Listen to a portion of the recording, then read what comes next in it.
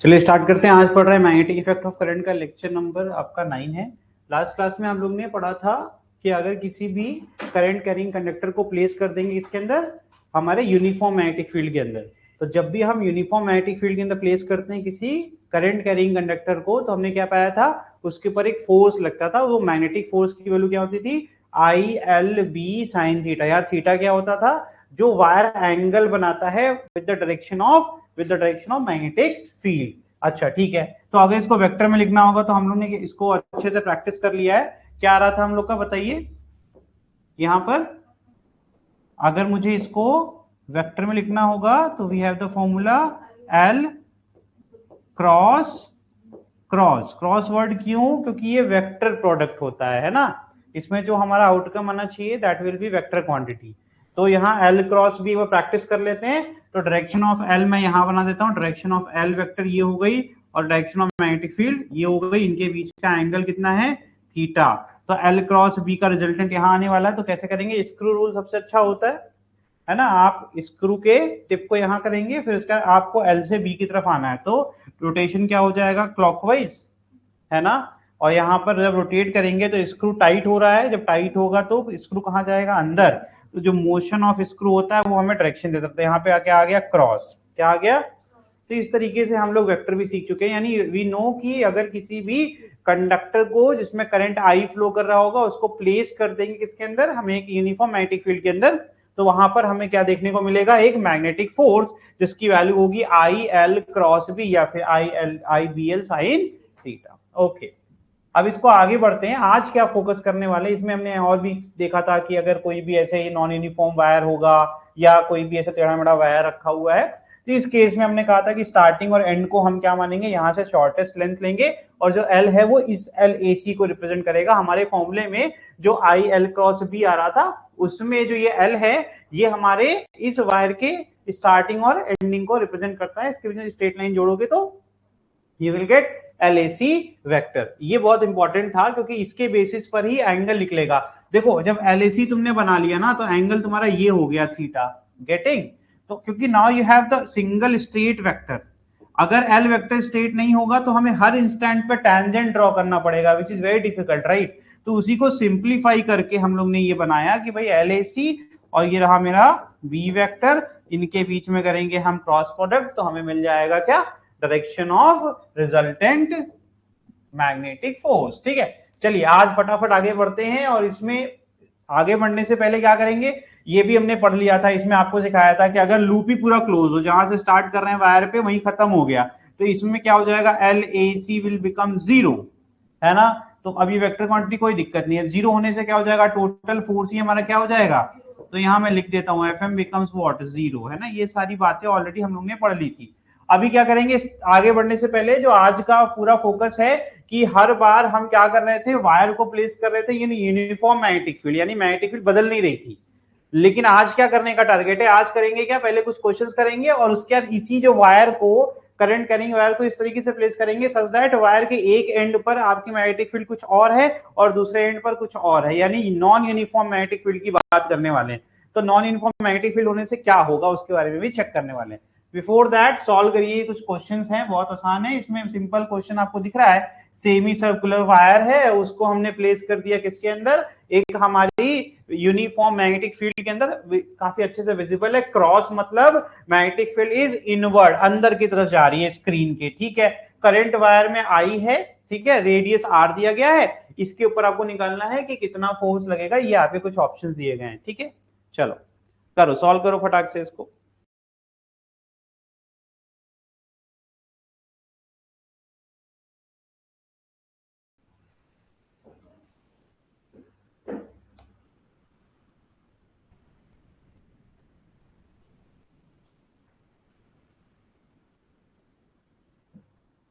तो हमारे पास फॉर्मूला तो बहुत सिंपल सा है, हमें पता है, हमने अभी सिखाया है नॉन यूनिफॉर्म वाला केस क्या होगा, यानी कि वायर स्ट्रेट नहीं है ना।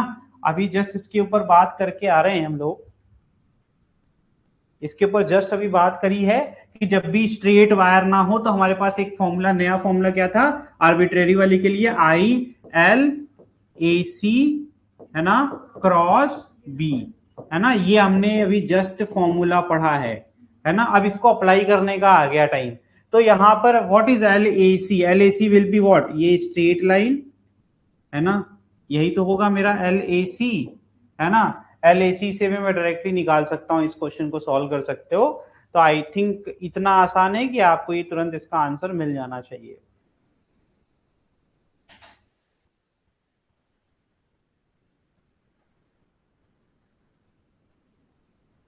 तो डायरेक्शन ऑफ मैग्नेटिक फील्ड याद रखिएगा, मैंने ये बहुत बार सिखाया है, किसी भी अगर पूरे के पूरे प्लेन पर परपेंडिकुलर अगर मैग्नेटिक फील्ड है तो उस प्लेन में कोई भी लाइन होगा, तो एल ए सी अगर ये ऐसे बनी हुई है तो हमारी जो मैग्नेटिक फील्ड है वो क्या परपेंडिकुलर है कि नहीं है। The angle between L A C and B will be 90। तो फटाफट इसको सॉल्व कर डालो। What is L A C, ये 2r नहीं हो गया डायमीटर, है ना, ये कितना हो जाएगा 2r, है ना। बहुत आसान क्वेश्चन था ये, यहां से आ जाएगा 2rb sin 90 that is equal to 2irb, 2irb, है ना। ऑप्शन नंबर कौन सा सही है ये बताइए। हमें मैग्नीट्यूड निकालना है, not focusing on the direction. अगर चाहें तो निकाल सकते हैं डायरेक्शन, किसी को डायरेक्शन निकालना हो तो निकाल लो। देखो ये हो गया तुम्हारा, ये हो गया आपका मैग्नेटिक फील्ड, यानी अगर मैं एरो बना दूं इस तरीके से तो मुझे पता है this is my I cap. मैं एक काम करता हूं ना, एल ए सी लिख देता हूं, L A C I cap, ठीक है। और ये अंदर की तरफ हो गई मेरी मैग्नेटिक फील्ड, ये किधर जा रही है माइनस के कैप, राइट, यही तो है। हमें कहां जाना है भाई, स्क्रू यहां रखा जाता है हमेशा, कहां, जहां पर ये दोनों जुड़ रहे हैं। अब क्या करना है, अब यहां पर स्क्रू रख दिया, एल ए सी से इधर से जाना है ना। ये कौन सा रोटेशन है भाई, ये एंटी क्लॉकवाइज है। ये क्या करेगा, स्क्रू को लूज करा देगा। स्क्रू कहां जाएगा, ऊपर की तरफ, ऊपर की तरफ आएगा, तो ये हो गया रिजल्टेंट एफ एम। और इसकी डायरेक्शन कहां जा रही है, अगर ये आई है और ये के मतलब जेड एक्सिस है और ये एक्सिस, तो ये कौन सा हुआ, प्लस का जे कैप। अगर किसी को किसी भी समय लगता है कि वो यहाँ कंफ्यूज हो रहा है तो मुझसे डाउट पूछ सकता है। ये हो गया मेरा प्लस का, और ये सब तो मतलब जिसको नहीं आता है, मैंने इतने अच्छे से पढ़ाया हुआ है, मैंने ये सब लिखवा रखा है अपनी नोट्स में, है ना। आई क्रॉस जे कैप का क्या आएगा आंसर, है ना। आई क्रॉस जे का क्या आता है, के कैप, ये सब तो लिखवा रखा है ना। फिर जे क्रॉस के कैप का क्या आता है, आई कैप, है ना। फिर के क्रॉस आई कैप का क्या आता है, जे कैप, एंड सो ऑन, है ना। इस तरीके से हमने करवा रखा है। तो अगर यहां पर अगर हमें देखना है, इफ यू हैव दिस ना, यहां पर है ना, तो हम के क्रॉस आई कर रहे हैं। किसी को लग रहा है मैंने गलत पढ़ा दिया, तो मैं आपको बार बार समझा रहा हूं कि रोटेशन देखो ना मेरा कहां है, एंटी क्लॉकवाइज। नहीं समझ में आ रहा, ये हो गया this is my plus K cap, right. इसको ऐसे करके देख लो, है ना, ये अभी भी प्लस जे में जा रहा है, तो कभी गलत नहीं आएगा, नोट्स में पढ़ा हुआ है। और मैंने सिखाया था किसी एक में माइनस का मल्टीप्लाई कर दो, ये पलट जाएगा। और सबसे मजेदार बात क्या है कि A cross B is not equal to, यानी अगर किसी ने कहते हैं आई क्रॉस के करो तो क्लियर कट यहाँ माइनस जे हो जाएगा। तो इतना पढ़ाने के बाद भी अगर आप ये चीज यहाँ पर कर रहे हैं तो थोड़ा सा बेसिक वाले मैथ को आप जाकर के वेक्टर को नोट से जस्ट रिवाइज करो, नहीं तो फॉर्मुला शीट बना लो, कभी भी कंफ्यूज नहीं होगी, आप लोगों को आता है ना। चलो आगे बढ़ते हैं। तो ये तो मैंने कर दिया, सोल्यूशन देखने की हम लोग को जरूरत बिल्कुल नहीं है, ऐसी आदत हम लोग डालेंगे नहीं जो जरूरत ही नहीं है। यहाँ क्या है, ये तो मतलब शुरू होते ही खत्म हो गया। फाइंड द टेंशन, क्या कह रहे हैं, टेंशन निकालो in current carrying ring kept in magnetic field. पहली बात तो इस पर फोकस तो मैं तब करूंगा ना कि जब इस पर कोई फोर्स लगेगा। ये तो जैसे ही रिंग बोला उसने, रिंग बोला तो मैंने ही पढ़ाया आपको, और मैंने आपको क्या सिखाया हुआ है कि जब भी आपका क्लोज्ड लूप हो, अगर नहीं समझ में आया तो मार्क कर लो, यहां से शुरू करेंगे, ये ऐसे जा रहे और वापस आके वहीं पहुंच गए, यानी कि the answer is because there is no magnetic force. Sir इसमें यहां कोई मैग्नेटिक फोर्स ही नहीं लग रहा है ना, जब मैग्नेटिक फोर्स नहीं लगेगा तो टेंशन कहां से आएगा, राइट। सीधे आगे बढ़ जाए, इसमें पता नहीं क्या करा है इसने। अच्छा इसने कुछ एलिमेंट लिया क्या, आई आर बी तो नहीं आ रहा है इसमें मेरा, नहीं मैं तो जीरो के साथ हूं, है ना। कुछ करा है इसमें डी थीटा, फिर इसने द नेट फोर्स, हाँ net force on the wire is zero, है ना, ठीक है। तो ये तो मेरा भी सही आ रहा है ना, द नेट फोर्स जो मैं लिख रहा हूं यहां पर एफ एम इज जीरो, यही तो मैंने बोला, राइट। अच्छा इसमें एलिमेंट, अच्छा ठीक है ओके गॉट इट। तो आप क्या कह रहे हैं, कहने का इनका मतलब क्या है मैं बताता हूं, ये कोई गलत बात नहीं है, इसमें सही करा है। लेकिन मैं कुछ और अज्यूम करके चल रहा था, इसने थोड़ा सा अजम्पशंस को चेंज करा है, ठीक है। हो सकता है थोड़ा सा मैंने ही क्वेश्चन गलत समझ लिया हो, कोई बहुत बड़ी बात नहीं है। कह रहे हैं ठीक है, आप जो कह रहे हो ना net force is zero, net force zero कैसे होता है? आप अगर एलिमेंट्स लेते हो, एलिमेंट 1 ले लो, एलिमेंट इसी के जस्ट सामने ले लो कोई element, right, the net force is zero because ये एक दूसरे को कैंसिल आउट कर रहे हैं। बट वायर पे तो एक तनाव डेवलप हो गया ना ड्यू टू दीज फोर्सेस, तो उसी चीज को इसने डराइव करा है यहाँ पर। इसने क्या करा, एलिमेंट ले लिया ए बी, ठीक है, the net force on A B. अब यहाँ पर आप अगर फोर्स लगाओगे, डायरेक्शन क्या है, बहुत डरना नहीं है बिल्कुल भी। यहाँ पर एक काम करो तुम, ये हो गया मेरा, ये हो गया मेरा एल, है ना, ये मेरा हो गया स्मॉल एलिमेंट डीएल का डायरेक्शन, और हमारे पास क्या है, हमारा direction of magnetic field is inward, ठीक है। फिर से करेंगे तो आप देखिए एल क्रॉस बी करते ही जे कैप में आ रहा है कि नहीं आ रहा है, दिखा फोर्स कैसे, अभी जस्ट करके आया हूं मैं, फिर भी सिखा दे रहा हूं। This is my DL vector, right, और मैंने कहा कि ये मेरा जो है ये के कैप है ना अंदर की तरफ, है ना, तो माइनस का के कैप, ये रही मेरी मैग्नेटिक फील्ड। अगेन ये डायरेक्शन कैसा है, एंटी क्लॉकवाइज हुआ कि नहीं, अभी तो सिखाया है ना, ऊपर जाएगा फोर्स, ऊपर जाएगा तो ये वाला फोर्स जा रहा है कि नहीं जा रहा है, ये जे कैप में, ठीक है। सिमिलरली मैं एक और ले लेता हूं, इसने जानबूझ करके यहाँ छोटा एंगल लिया है, मैं दिखाता हूं तुम्हें, ठीक है, सेम वैसे ही हम यहां बना लेंगे, ठीक है, सेम एंगल मैं डी थीटा यहां ले रहा हूं, ठीक है, यहां भी ले लो, तुम भी ले लो, है ना, ले लिया। क्या कर रहा है, एक टुकड़ा ले रहा है, मैंने बराबर टुकड़ा ले लिया दो, इसमें भी लगाएंगे। अगर करंट ऐसे आ रहा है तो करंट यहां पर कैसे जा रहा होगा, चेंज हो गया डायरेक्शन, ठीक है। Now we have the DL vector like this, लेकिन बी तो अभी भी वही है, बी तो माइनस के में ही है, बी थोड़ा ना बदल जाएगा, वो तो जहां है वही रहेगा। ये प्लस आई में था, अभी का जगह माइनस आई कैप, राइट।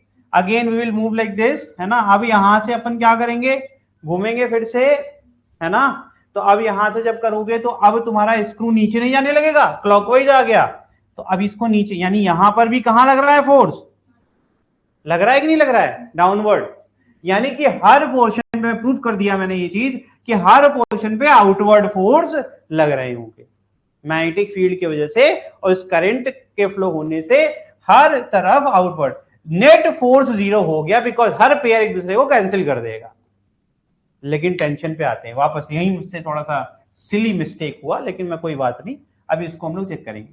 तो टेंशन, टेंशन क्या होता है, थोड़ा सा ना टेंशन को समझते हैं, जो मुझसे गलती हुई आपसे नहीं होनी चाहिए। टेंशन क्या है, अगर ये वायर है ना, हम मैग्नेटिक फोर्स पे इतना फोकस करने लगे कि मैं थोड़ा सा टेंशन में गड़बड़ कर दिया मैंने, कि मैग्नेटिक फोर्स क्या, मैग्नेटिक फोर्स ये लग रहा है, ठीक है भाई, मैग्नेटिक फोर्स और टेंशन क्या होता है, टेंशन तो इनसाइड होता है ना भाई, जब भी फोर्स एक्सटर्नल फोर्स लगता है तो वायर के अंदर जो तनाव आएगा तो it will be in this direction only, ऐसे ही तो होगा। अब ये कर्व्ड है, तो कर्व्ड है तो कोई बात नहीं, कर्व वाले में क्या हो जाएगा, चेंज करना पड़ेगा। अगर ये कर्व्ड है तो जैसे मान लो ये एक वायर है, ठीक है, इस वायर को मैं ऊपर की तरफ खींचूंगा, देखो तनाव कहां आ रहा है, इसके टेंजेंट पे आ रहा है कि नहीं आ रहा है, कर्व पे आ रहा है कि नहीं आ रहा है। तो अभी आपने देखा कि वायर सीधा होने लगा था जब मैं, सिमिलरली जब मैं इसको ऊपर खींच रहा हूं तो इसके एंड्स पर टेंशन आएगा, और वहां पर किस डायरेक्शन में आएगा, tangent to it, tangent to it, यही तो होगा। तो मैं इस नए ड्राइंग को फिर से बनाऊंगा, ये इस तरीके से मेरा एलिमेंट है, मेरा ये एलिमेंट है, हमें सोल्यूशन की जरूरत नहीं है, फिगर की जरूरत है, फिगर अच्छा बना हुआ है, हम फिगर यूज करेंगे बेटा, ठीक है। अब यहां पर मेरा ये फोर्स लग रहा है कि नहीं लग रहा है, ये क्लियर हुआ कि नहीं, ये लग रहा है ना फोर्स, अच्छा जी ठीक है। तो ये एक बार कोशिश करते हैं, हाँ बढ़िया बन गया, ठीक है। ये मेरा क्या हो गया, एलिमेंटल लेंथ जो मैंने डीएल मान रखी है, गॉट इट। अब इस पर जब मुझे निकालना होगा, एक एंड ए ले लेते हैं, एक एंड बी, तो टेंशन विल बी व्हाट, यहां पर, है ना। तो टेंशन की डायरेक्शन क्या होगी, हमेशा टेंजेंट टू द एंड्स, समझ में आ रहा है। तो दोनों में टेंशन आ गया, टेंशन इधर भी आ गया, टेंशन इधर भी आ गया, है ना। अब ये देखते हैं कि कितना एंगल बना रहे होंगे, तो इस फिगर को फिर से स्टडी करते हैं। तो हमने इन, पहली बात तो एक ऐसा आर्क लिया जिसका टोटल एंगल 2d थीटा था, है ना, और ये लाइन जो है ये क्या है, वाई एक्सिस है ना, वाई एक्सिस से अगर करें तो बाइसेक्टर की तरह काम कर रही थी। तो डी थीटा का दो आर्क हमने ले लिया, एक बी एंड पर है और एक ही, ठीक है, क्लियर है इतना। अच्छा इसी को, इसी लेंथ को एक्सटेंड कर दो, ये कर दिया लेंथ एक्सटेंड, सीधी हो गई, ठीक है।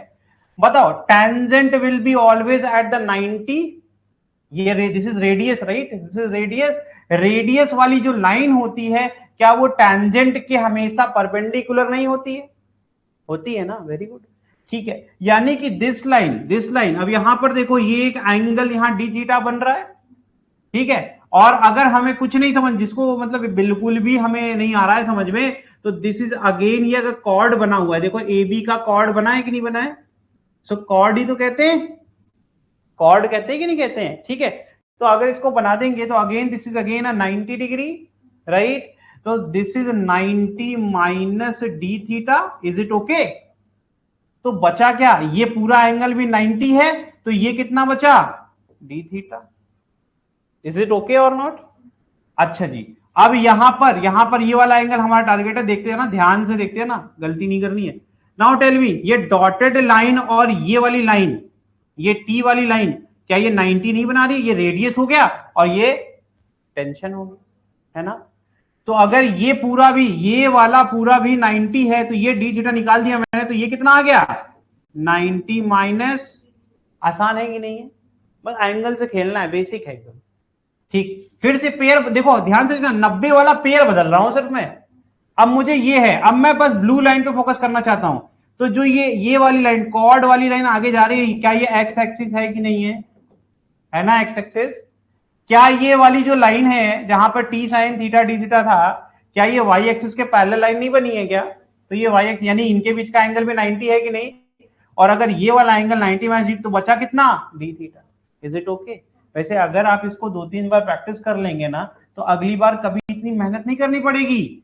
हम आपको अगर स्क्रैच से बनाना होता, अगर स्क्रैच से बना रहा होता, तो मैं कैसे बनाता? ये मेरा टी हो गया, यहां पे करें क्या, ये वाला करें क्या, समझ में आएगा? This is my T, this is my T. मैं ये दिखा रहा हूं करके, कि आपको एग्जाम में ऐसा ना लगे कि कुछ स्पेशल हो रहा। अब तो ये 90 क्लियरली दिख रहा है, राइट, है ना। तो we can easily draw the X axis. एक ही लाइन बनाऊंगा जो दोनों पे काम आने वाली है। ये मेरी क्या हो गई, एक्स, क्या ये मेरी वाई हो गई? इसी प्रकार से यहां पर भी ये वाई हो गई कि नहीं हो गई, है ना। अब ध्यान से देखना, अगर ये एंगल डी थीटा है, तो क्लियर कट बात है, ये एक्स एक्सिस है और ये क्या है, वाई। तो ये 90 माइनस डी थीटा हुआ कि नहीं हुआ? फटाफट करना हो एग्जाम में तो कैसे। यहां जो एंगल आ रहा है, वो एंगल अगर हम इसी लाइन को एक्सटेंड करेंगे तो यहां आएगा वर्टिकली अपोजिट से, तो बचेगा हमेशा डी थीटा ही तो बच रहा है। हाँ, ठीक है, समझ गए? तो ये तुम्हारा अगर देखोगे तो इस तरीके से तुम्हारा ये कंप्लीट हो गया कि यहां डी थीटा अगर राइट एंगल ट्रायंगल है, तो यहां पर अगर वही 90 डिग्री बनाएंगे तो यहां भी डी थीटा ही बचेगा। ये प्रैक्टिस, थोड़ी सी प्रैक्टिस चाहिए होती है, थोड़ी सी प्रैक्टिस करेंगे, बार बार करेंगे, नहीं आती प्रैक्टिस करना, तो यार तुम सिंपल ये कर लेना, थोड़ा सा थम जाना, 10 सेकंड ज्यादा ले लेना, लेकिन आराम आराम से एंगल निकाल लेना। एंगल निकालना क्यों जरूरी है? क्योंकि इससे ही तो सारी चीजें बन रही हैं। जो ये फटाफट यहाँ फटाफट बना रहे हैं हम लोग, ये वाले जो कंपोनेंट्स हैं, बिकॉज वी नीड कंपोनेंट्स। हमें क्या चाहिए, कंपोनेंट्स। तो कंपोनेंट्स आएंगे कैसे? ये अगर मेरा टी है तो टी कॉस थीटा यहां आ गया, टी कॉस डी थीटा जो एंगल है वही लोगे ना, और यहां से टी साइन थीटा यहां आ गया, दिख रहा है, यहां भी अंदर दिख रहा है कि नहीं दिख रहा है? और ये देखो यहां पर भी नीचे की तरफ टी साइन डी थीटा और इधर भी T cos. Is it okay? ठीक है। तो अब मुझे ये बताओ कि अगर हमारा मैग्नेटिक फोर्स लगता है, तो मैग्नेटिक फोर्स का कारण हमेशा हमेशा साइन वाला होता है कि नहीं होता है ना। तो अगर हमें फोर्स निकालना हो तो what is I L A B, L A B क्या हो जाएगा, बताओ बताओ। आर्क लेंथ बेटा, this will be your arc length, है ना। आर्क लेंथ निकालना है तो हमें ये लेंथ अगर निकालना है, जैसे डी थीटा डी थीटा, ठीक है। तो आपको याद नहीं है वो फॉर्मूला जिसमें हम क्या करेंगे, 2d थीटा इंटू रेडियस। अरे अरे भैया, जो हम लोग आर्क लेंथ निकालते हैं, theta into R is equal to arc length नहीं होता है। तो हमें अगर ए बी की लंबाई जाननी है, तो एंगल थीटा कितना है, 2d थीटा, है ना, और रेडियस कितना है, इज इट ओके? ठीक है, तो ये एल ए बी निकाल लिया मैंने, एल ए बी की वैल्यू यहां पुट कर दिया। अब मुझे ये बताओ, जो ये रिंग बन रही है और मैग्नेटिक फील्ड हमेशा परपेंडिकुलर नहीं रहेगी, तो एंगल कितना आ गया, 90। Is it okay? तो यहां से आ गया I two D theta R into, is it okay? तो यहां से तुमने फोर्स निकाला। अच्छा, अभी तो फोर्स फोर्स खेल रहे हैं, ठीक है, आगे बढ़ेंगे। तो अभी ध्यान देना, अगर हम फिगर को ध्यान से देखें, 2t sin d theta is equal to F. अब कहोगे ये क्या बोल दिया सर आपने, देखो ध्यान से, ए बी पर लगने वाला, देखो न्यूटन्स लॉ ऑफ मोशन वाला चैप्टर याद है, FBD free body diagram, if you remember this, the total Y axis वाला जो फोर्स है ना, तो अलोंग अगर मैं कहता हूं वाई एक्सिस, क्या कहता हूं, तो मेरा ये था, मेरा ये वायर था, है ना, ये मेरा वायर था जिसकी लंबाई ए बी थी, ठीक है, इस पर टोटल ऊपर लगने वाला फोर्स एक एफ एम था जिसको एफ लिखा हुआ है, ठीक है, इसको एफ ले लीजिए आप, कोई बात नहीं, है ना, और इस पर टोटल नीचे की तरफ लगने वाले कितनी फोर्स है बेटा, बताओ, टी साइन डी थीटा, और यहां पर भी टी साइन, तो टोटल फोर्स नीचे की तरफ क्या जाएगा, T sine 2t sine D theta, क्योंकि नेट फोर्स 0 हो रहा है, इट मींस ये रेस्ट पोजीशन में ही है, तो यानी कि मैं कह सकता हूं 2t sine D theta is equal to what, total upward is equal total, अगर मैं कह रहा हूं कि एंगल इज वेरी स्मॉल, तो sine theta is approximately equal to क्या होता है, थीटा, है ना, इफ थीटा इज स्मॉल, है ना, इतनी बार लिखा है, क्या होता है, साइन थीटा, ये करली ब्रेसेस कर लो ना, अप्रोक्सीमेटली इक्वल टू क्या जाएगा, थीटा, ये याद है, ठीक है, तो यहां से अब पूरा फॉर्मूला मिलेगा 2t d theta is equal to F, equating 1 and 2, ये है 2 और ये रहा 1, दोनों को इक्वेट कर दिया, तो 2t d theta is equal to क्या जाएगा, I into 2d theta r into, तो टेंशन कितना आ गया, 2 से 2 भी काट दो, है ना, क्या जाएगा, I r, समझ आया, समझ में आया, तो ऑप्शन कौन सा सही है, तो जो गलती मुझसे भी दोबारा आप करेंगे क्या, ध्यान रखेंगे कि नहीं रखेंगे, कि टेंशन पूछा गया है, मैग्नेटिक फोर्स में तो बिल्कुल हम लोग सही हैं, जब टेंशन पूछा गया नेट, ये क्या है, net force, net magnetic force on ring is 0, उसमें मैं अभी भी हूं, ठीक है, तो वी हैव द टेंशन का आंसर क्या आ गया, अच्छा टेंशन पूरी रिंग में सेम रहेगा, बदल जाएगा, सेम रहता है, ठीक है ना, चलो आपको याद नहीं होगा तो ऐसे याद दिलाता हूं, एक रस्सी में एक ही तनाव रहता है ना, तो बस फोर्स लगा तो हमने टेंशन निकाली, दैट इज कितना आ गया आईआरबी, इस क्वेश्चन को अच्छे से रिवाइज करना, दिस इज गुड क्वेश्चन, इसमें प्रैक्टिस करने की जरूरत पड़ेगी, ठीक है, चले भाई आगे बढ़ जाए।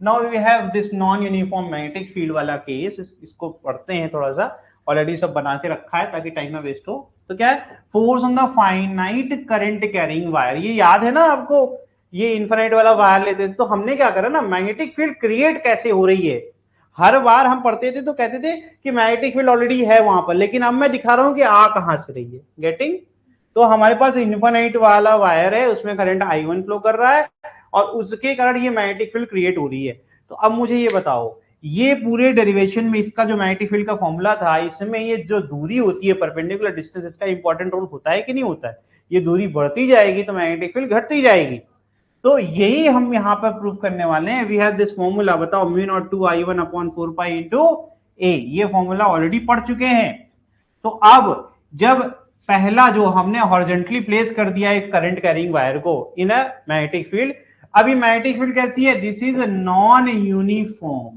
बिकॉज सर ये डिस्टेंस इसका मैटर करता है, इसकी वैल्यू चेंज होती जाएगी, तो अब क्या हो रहा है कि वायर का एक एंड तो करीब है, दूसरा एंड बहुत दूर है, ठीक है, कितना दूर है सर, ए आपका ए एंड जो है कैपिटल ए वो स्मॉल ए दूरी पर है, जो बी हुआ वो लेंथ को ऐड कर दीजिए तो उतनी दूरी पर आएगा, और बीच में एक एलिमेंट लिया है मैंने जानबूझ, ताकि पता चले कि उसकी भी अगर हम देखें चेक कर लें कि वेरिएशन आ कितना रहा है, तो एलिमेंट की दूरी हमने एक्स ले ली, ठीक है, तो यानी कि हर बार फॉर्मूले में हमने ये पहले ही सीखा है कि सिर्फ हमें परपेंडिकुलर डिस्टेंस चेंज करना होगा, the cause of magnetic field is I1, that is why यहां पर म्यू नॉट 2 I1 तो रहेगा ही रहेगा, 4 पाई भी रहेगा, सिर्फ वेरिएबल क्या, इस पूरे फॉर्मूले में वेरिएबल तो सिर्फ परपेंडिकुलर डिस्टेंस है, गेटिंग, अब क्या होगा भाई, सबका आप निकालेंगे, हर एक एलिमेंट की दूरी बदलती जाएगी, यानी एलिमेंट में अगर ये देखा जाए, इस पे इंटीग्रेशन करना हो मुझे, मैं कहूंगा ए से शुरू करेंगे और कहां तक जाएंगे, ए प्लस एल,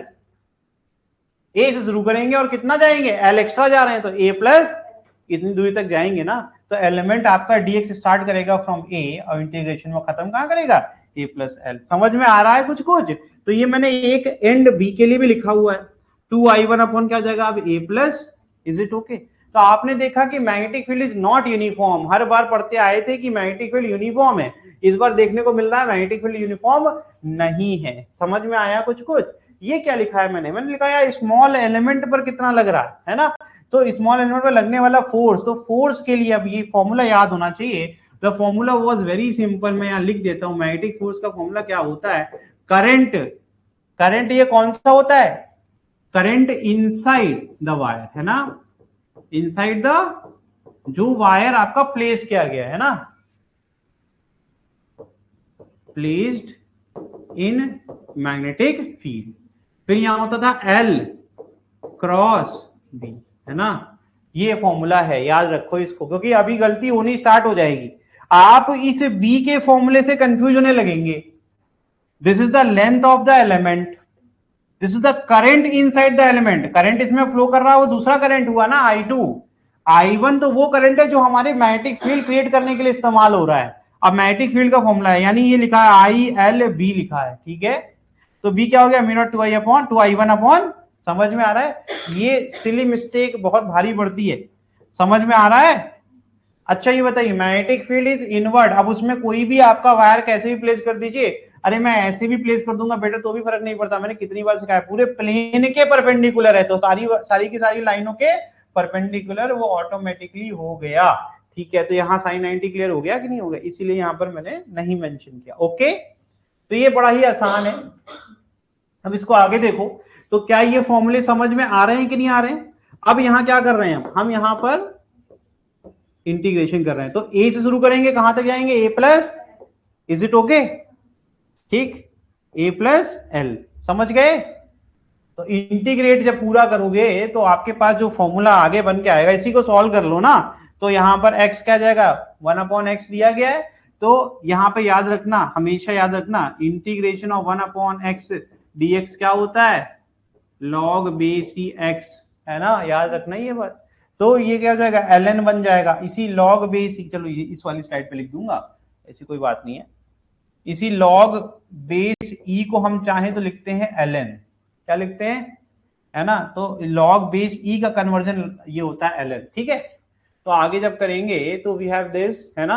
अगेन तो सॉल्व करके कहां पहुंचेंगे? लिमिट क्या होगी? इसको मैं यहां कर दूं क्या? कांस्टेंट तो एज इट इज रहेगा, ठीक बेटा। और ब्रैकेट में क्या जाएगा? ln x। अपर लिमिट क्या है? a plus L. Lower limit क्या है? तो अब जब करेंगे तो a plus L, upper limit minus, is it okay? और एक और फॉर्मूला होता है log m upon n is equal to log m minus log, is it okay? तो बस ये फॉर्मूला यूज करेंगे, इसको हम वापस चाहे तो अब ये m अपॉन n के फॉर्म में, यानी इस फॉर्म में लिखा हुआ है, इसमें हम कन्वर्ट करेंगे, इस फॉर्म से इस फॉर्म, ओके। ये तुम्हारा फाइनल फॉर्मूला आया। तो ये कौन सा फॉर्मूला है? जब हम नॉन यूनिफॉर्म मैग्नेटिक फील्ड में प्लेस करेंगे, ओके। आसान है कि नहीं? थोड़ी सी प्रैक्टिस करेंगे तो सब कुछ कर लेंगे आप खुद से ही।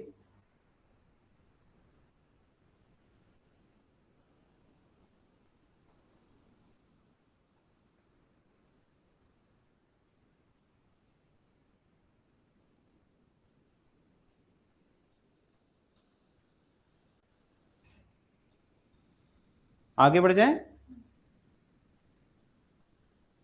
चलिए निकालिए क्वेश्चन है ये, क्वेश्चन सॉल्व करिए, ये वाला फटाफट करना है थोड़ा। कह रहे find the net force on the square loop. ये जो स्क्वायर लूप है, पहली बात तो इसको देख के डर तो नहीं लग रहा है, इससे सिर्फ हमको क्या मिलता है? Magnetic field. कैसी मैग्नेटिक फील्ड मिलेगी? क्रॉस। कैसी मिलेगी? ये तो क्लियर हो गया ना। और ये रही मेरी परपेंडिकुलर डिस्टेंस, तो यहां ये वाले एंड की परपेंडिकुलर डिस्टेंस कितनी हो जाएगी भाई? बताओ। a प्लस कितना? d, ये d है ना, समझ में आ रहा है?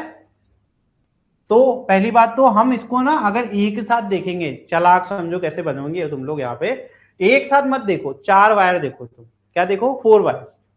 हम लोग को हॉरिजॉन्टली प्लेस्ड वायर का निकालना तो आ गया है, अभी पीछे फॉर्मूला बना के आए हैं, ठीक है। तो ये पहला एंड, इस I2 का पहला एंड कितनी दूरी पर है? एंड पर। लिमिट कैसे लगेगी? देखो लिमिट दिखा रहा हूं। और दूसरा एंड कहां पर है? ये एक वायर हो गया, ये दूसरा हो गया, समझ में आ रहा है कि नहीं? और फिर ये सिंपल है ना। इसमें तो चेंज ही नहीं हो रही मैग्नेटिक फील्ड, ये यूनिफॉर्म मैग्नेटिक फील्ड का केस हो गया। क्यों? क्योंकि जितनी दूरी यहां पर है उतनी दूरी हर एलिमेंट को बराबर दूरी पर है। तो ये यूनिफॉर्म मैग्नेटिक फील्ड वाला केस नहीं हो गया, ये भी यूनिफॉर्म मैग्नेटिक फील्ड वाला केस नहीं हो गया। तो यानी दो नॉन यूनिफॉर्म है, दो यूनिफॉर्म है, ठीक है। और बेस्ड ऑन द डायरेक्शन हमें फोर्स का डायरेक्शन बदलता दिखेगा, क्योंकि फोर्स के लिए डायरेक्शन ऑफ मैग्नेटिक फील्ड के साथ डायरेक्शन ऑफ करंट भी मैटर करता है, क्योंकि एल की जो डायरेक्शन होती है वो किसके ऊपर डिपेंड करती है, वो तो करंट के ऊपर डिपेंड करती है। तो अगर हमें यहां इसका नेमिंग कर देता हूं, ये ए हो गया, this is B, this is C, this is D. तो अब मैं क्या कर रहा हूं ना, मैं ये ए बी वायर लिखता हूं, तुम्हें सिखाता हूं, ठीक है। ए बी वायर में करंट कितना है, I2, ठीक है बेटा।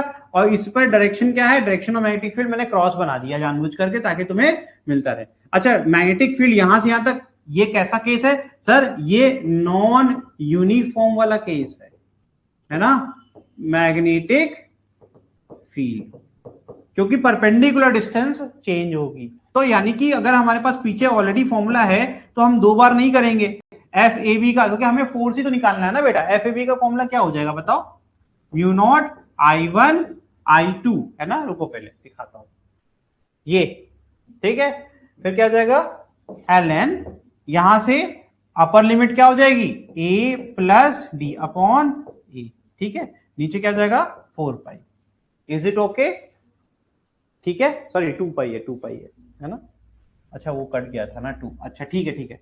तो यहां पर 2 पाई होगा, वो जो 2 लेके चल रहे थे वो 2 से 2 काट दिया ना, ऊपर 2 लेके चल रहे थे ना, इससे ये कट गया, ठीक है। तो यहां आ गया 2 पाई, ओके ये हो गया, ठीक। अब ध्यान से देखना, अब मैं सीधे निकालूंगा डीसी, दिस इज माई जो हमारा यहाँ पर डीसी, इसमें करंट क्या है, डायरेक्शन चेंज हो गया, ठीक है। The current is again I2 only, ठीक है। अब ध्यान से देखना, एफ सी डी, डायरेक्शन तो सी से डी लेंगे ना भाई, तो यहां पर क्या जाएगा बताओ फिर से, mu naught I1 I2 upon 2 पाई, है ना। अब ध्यान से देखना, अब यहां चेंज आएगा, अपर लिमिट अब हो गई ए और लोअर लिमिट क्या हो गई। अगर तुम ध्यान से देखो, इसको एक्सपैंड करके दिखा रहा हूं, this is nothing but the opposite direction में सेम वैल्यू आ रही है। देखो कैसे, अगर हम इसको ऊपर करना चाहते हैं, ए प्लस डी को ऊपर करना चाहते हैं, तो एक माइनस कॉमन ले लो, एक माइनस कॉमन ले लोगे तो अब इससे फायदा क्या होगा तुम्हें ना, तुम लोग को दिखेगा ये कट जाएगा, ये जगह ए प्लस डी और ये जगह ए, और विद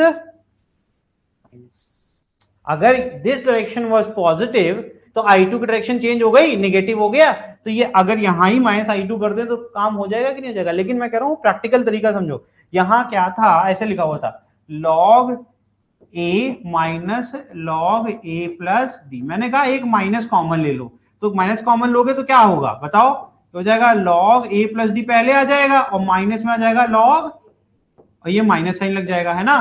तो इसका मतलब है ये बन जाएगा minus times of what, log a plus D upon. लेकिन इससे फायदा क्या हुआ, ये पूरी वैल्यू नेगेटिव होने से अभी दोनों क्या होंगे, कैंसिल हो जाएंगे। समझ में आ रहा है, तो ये दोनों फोर्स यहां से कैंसिल आउट हो गए, ठीक है। आगे देखिएगा, now we have I2 and this is again I2 का नेगेटिव साइन हो गया। अब हमें बस दो सिंपल वाले केसेस सॉल्व करने हैं, जिसमें परपेंडिकुलर डिस्टेंस क्या ए है और हमारी a प्लस डी। कर पाएंगे कि नहीं कर पाएंगे, ये भी एक दूसरे क्या होंगे, अपोजिट ही होंगे। तो यहां पर मैं फिर से कर रहा हूं, अब मैं यहां बना दे रहा हूं वायर, है ना। ये हो गया मेरा, this is my A D, जिसमें डायरेक्शन ऑफ ये, डायरेक्शन को पॉजिटिव लेते हैं, ऊपर वाले डायरेक्शन को हमेशा पॉजिटिव वाई है ना। तो यहां से क्या जाएगा फॉर्मूला बताओ, मैं यहां पर फोर्स लिख दूं क्या, सीधे सीधे फोर्स लिख दूं क्या, तो यहां से जाएगा बेटा डीए होना चाहिए, है ना, एफ डीए होना चाहिए, है ना। तो यहां पर एफ डीए के हिसाब से क्या जाएगा, अगेन I2, है ना, अपवर्ड है, पॉजिटिव हो गया। एल क्या हो जाएगा, एल ऊपर की तरफ भी है और ये, तो एल क्रॉस बी करेंगे, है ना। तो यहां से आ जाएगा तुम्हारा एल, क्या ले लें यहां पर, एल यहां पर हम लोग ले लेते हैं AD, है ना। AD is the length, length को हमने ऐसे ले लिया। फिर B क्या हो जाएगा, B विल बी बताओ, म्यू नॉट बताओ अपॉन 2 पाई, यहां पर I1 अपॉन क्या जाएगा बताओ, डिस्टेंस कितनी है A। अरे फॉर्मूला अभी पढ़ाया, अभी भूल गए यार तुम लोग, ऐसे भूलोगे क्या, ये फॉर्मूला है, 2 से 2 काट दिया मैंने, है ना। यही तो है, mu naught I upon 2 pi A। तो ये आ गया। अब इससे देखना ध्यान से, अच्छा AD इज पैरेलल टू ये है कि नहीं है, तो इसकी लेंथ कितनी है, अच्छा इसकी लेंथ याद आ गई मुझे, इसकी लेंथ तो D है ना, ये कितनी है, ये मैंने अभी देखा है ना, डी, तो ये हो जाएगा। फिर कॉमा एफ कौन सा, अब बीसी, बीसी, बीसी क्या आ जाएगा बताओ जरा। अब इसकी दूरी कितनी हो जाएगी, यहां से यहां तक की दूरी कितनी ली है, ए प्लस डी, है ना। तो पूरे फॉर्मूले में दो चीजें बन जाएंगी, डायरेक्शन ऑफ करंट, है ना, डायरेक्शन ऑफ करंट क्या है, निगेटिव, तो ये जाएगा माइनस आई टू, फिर इंटू डी, इंटू वॉट बताओ, mu not I one upon 2 pi A plus, समझ में आया। अब चारों को ऐड कर दो, चारों को ऐड करके मुझे आंसर बताओ, चारों को ऐड करो और मुझे आंसर बताओ।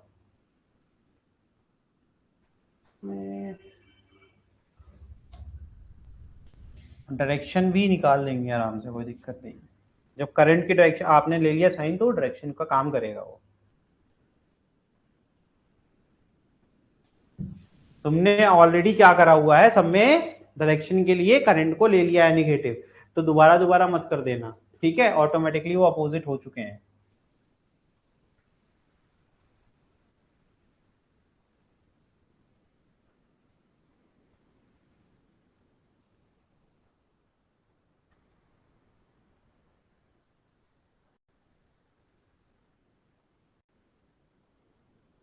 तो ये अगर तुम्हारा देखा जाए तो यहां पे लिख देता हूं, एफ ए बी, अगर मुझे डायग्राम बनाना, मैं तुम लोग को कुछ सिखाना चाहता हूं, अगर मैं ये डायग्राम वापस से बना दूं, है ना, अगर मैं ये डायग्राम बना दूं वापस से बच्चों, तो मैं ना आप लोगों को डायरेक्शन ऑफ फोर्स निकालना चाहता हूं। तो हमारा डायरेक्शन क्या था करंट का, क्लॉकवाइज ना, तो ये मेरा क्लॉकवाइज हो गया, है ना, और मैग्नेटिक फील्ड क्या थी, क्रॉस, क्या थी, क्रॉस। ये मैं ना सब पर डायरेक्शन ऑफ फोर्स निकाल के देता हूं तुमको, this is A B C and D, ठीक। हम लोग करेंगे सॉल्व इसको, ठीक है। तो ये रहा मेरा ऊपर की तरफ, है ना, ये हो गया मेरा एल, है ना, एल ए डी, फिर मेरा बी कहाँ है बताओ, ये रहा ना, ये हो गया जे कैप, और ये हो गया माइनस का, ये बी वेक्टर है, ठीक है। अब क्या करोगे, स्क्रू लगाओगे, है ना, और फिर इसको क्लोज करोगे, ठीक है।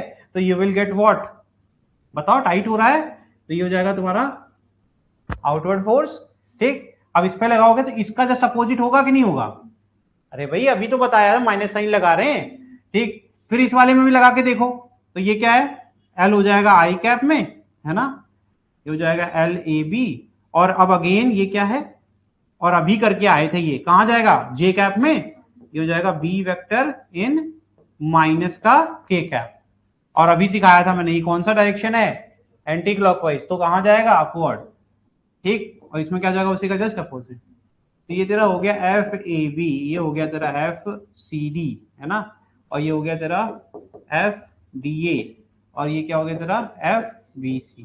अब मुझे ये बता, खुद ही बता जरा, F A B is equal to magnitude wise लिखूंगा मैं यहां पर, F A B is equal to F C D, is it true और फॉल्स, मिलाओ, ट्रू ना, तो यानी कि अब क्या होगा, F A B will cancel out what, या फिर कह सकता हूं F A B plus F C D vector wise will give you zero vector, is it true और फॉल्स।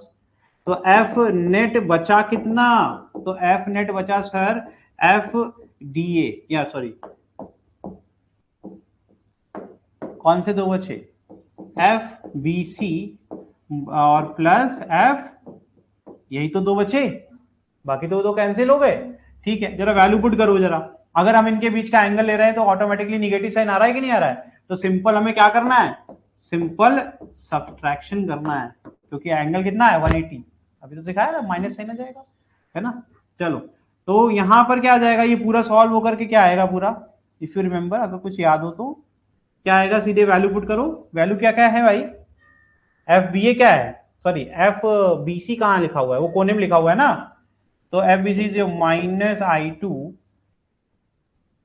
इंटू, है ना, तो this should be like this ना, ये हो जाएगा प्लस हो जाएगा, this will B from your, ये माइनस माइनस प्लस हो जाएगा ना, ये हो जाएगा माइनस, ठीक, करके देख लो। तो यहां क्या जाएगा तुम्हारा, mu not I one upon A plus D, और 2 पाई भी होगा, है ना, और एफ डी ए पुट कर लो, करके मुझे सॉल्व करके बताओ आंसर।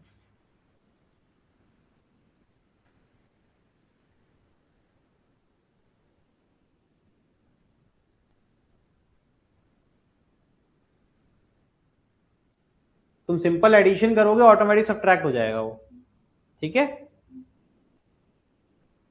और हम लोग को यहाँ दिख भी रहा है ये वाला पॉजिटिव है ये निगेटिव है, तो एक दूसरे के अपोजिट है ना, सब्ट्रैक्शन ही तो होना है। फिर प्लस क्या आ जाएगा, फिर से I2D into mu naught I1 upon 2 पाई ए, है ना, जो कॉमन है बाहर निकाल लीजिए।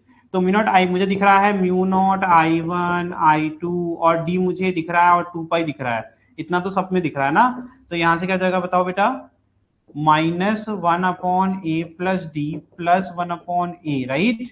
अब इसको रीअरेंज कर लीजिए तो ये हो जाएगा mu naught I1 I2 D upon 2 पाई, यहाँ जाएगा 1 अपॉन ए माइनस 1 अपॉन ए प्लस डी। एलसीएम क्या हो जाएगा a into A plus D, है ना। तो यहाँ से अगर इसको सॉल्व करेंगे तो ये a प्लस डी यहाँ जाएगा और माइनस बचेगा d upon A into A plus D, यही तो बचेगा। खत्म करो क्वेश्चन।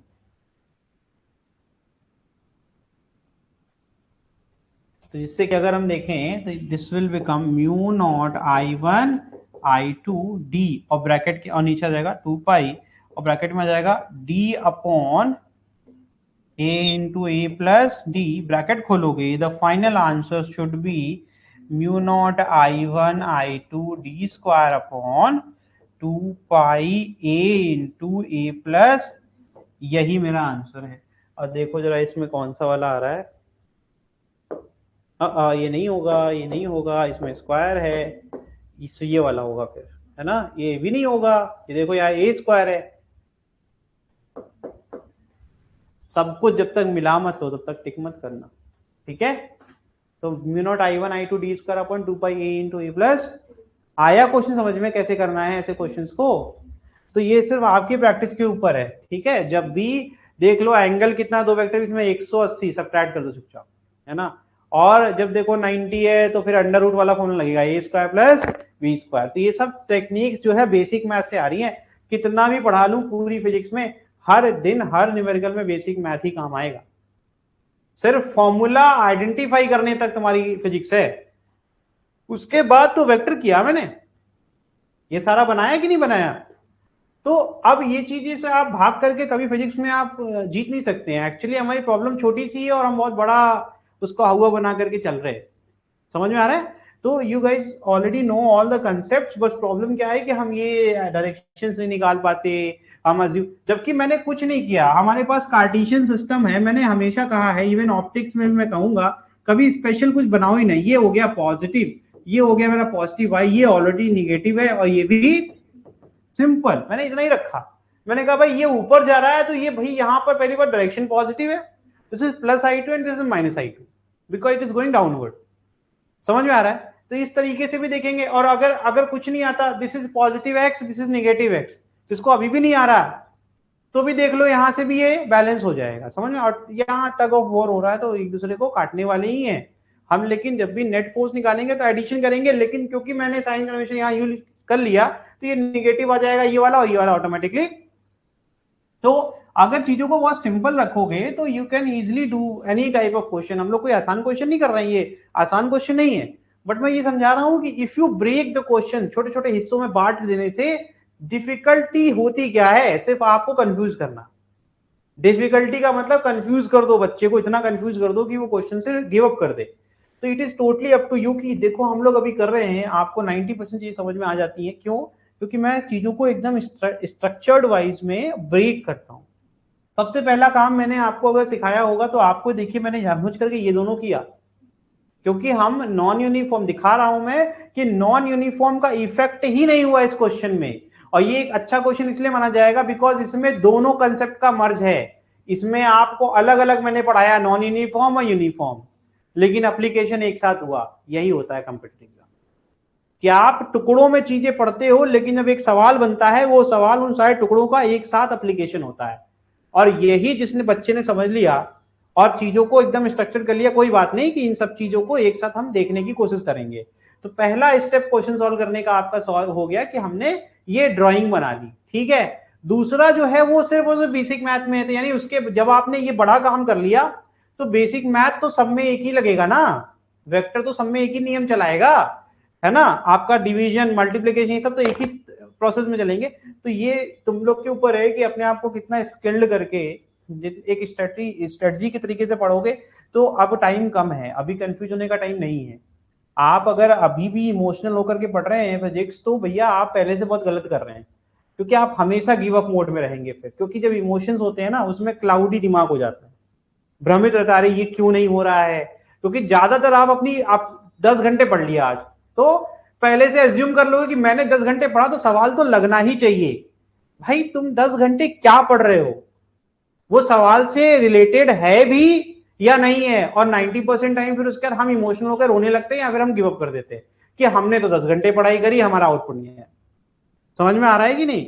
तो ये एक पजल है, सही सही अगर टुकड़े नहीं जुड़ेंगे तो पजल सॉल्व कभी नहीं होगा, चाहे तुम 10 साल पूरे बाल सफेद हो जाए तब तक करते रहो, फर्क नहीं पड़ता। ठीक है ना?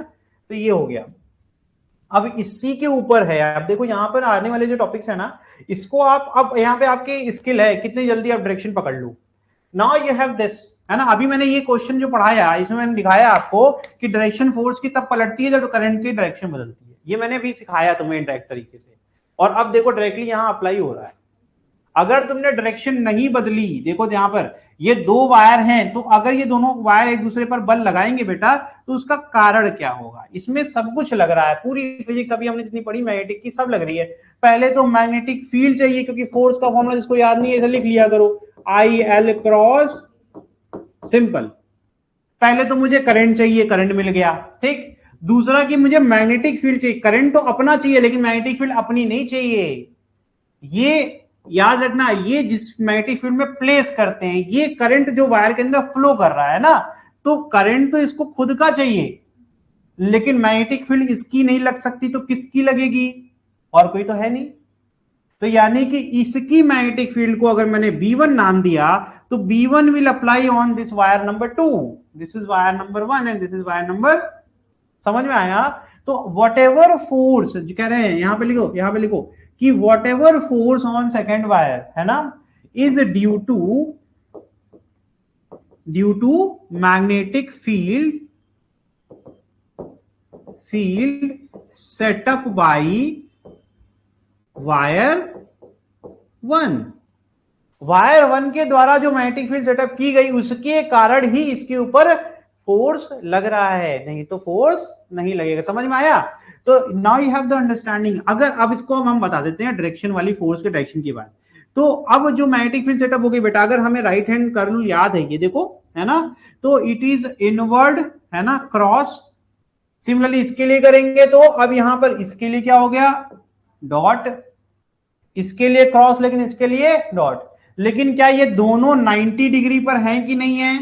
दोनों 90, चाहे तुम अंदर जाओ इस स्क्रीन के, चाहे तुम बाहर आओ, ये वायर स्क्रीन पर बना हुआ है, यानी मैंने सिखा दिया स्क्रीन पर कुछ भी बनाऊंगा उसके परपेंडिकुलर हो गया ना, लेकिन रोटेशन बदल जाएगा। मैं बना के दिखा देता हूं, this is my magnetic field in plus K cap, this is my direction of L vector in plus J cap, I have to move like this, ठीक है। तो मैं जब करूंगा तो ये मैं क्या कर रहा हूं, लूजनिंग नहीं कर रहा हूं क्या? ये एंटी क्लॉकवाइज नहीं हुआ क्या? अरे भाई ऐसे करेंगे तो यहां जाएंगे, तो मैंने पहले ही बना दिया था। तो this is my force on wire number 1, ठीक है, वायर नंबर 1। अभी नोटेशन सिखाऊंगा, समझ में आया कि नहीं आया, कैसे ये आया ये direction, got it? Similarly when I will go to this, है ना, तो अब मैं क्या करूंगा, पहली बात तो ये मैग्नेटिक फील्ड को B2 लिख दूं क्या, क्योंकि ये जो डॉट है वो किसका है, इस वायर का मैग्नेटिक फील्ड है, राइट, और ये किसका मैग्नेटिक फील्ड है, ठीक है ना। तो यानी कि इसका डायग्राम भी बनाते हैं, तो this is my direction of what, L again, L तो सेम ही है, L vector is in J cap, ठीक है, and direction of magnetic field is now inward, ये कहां है, माइनस का के कैप, है ना, B2।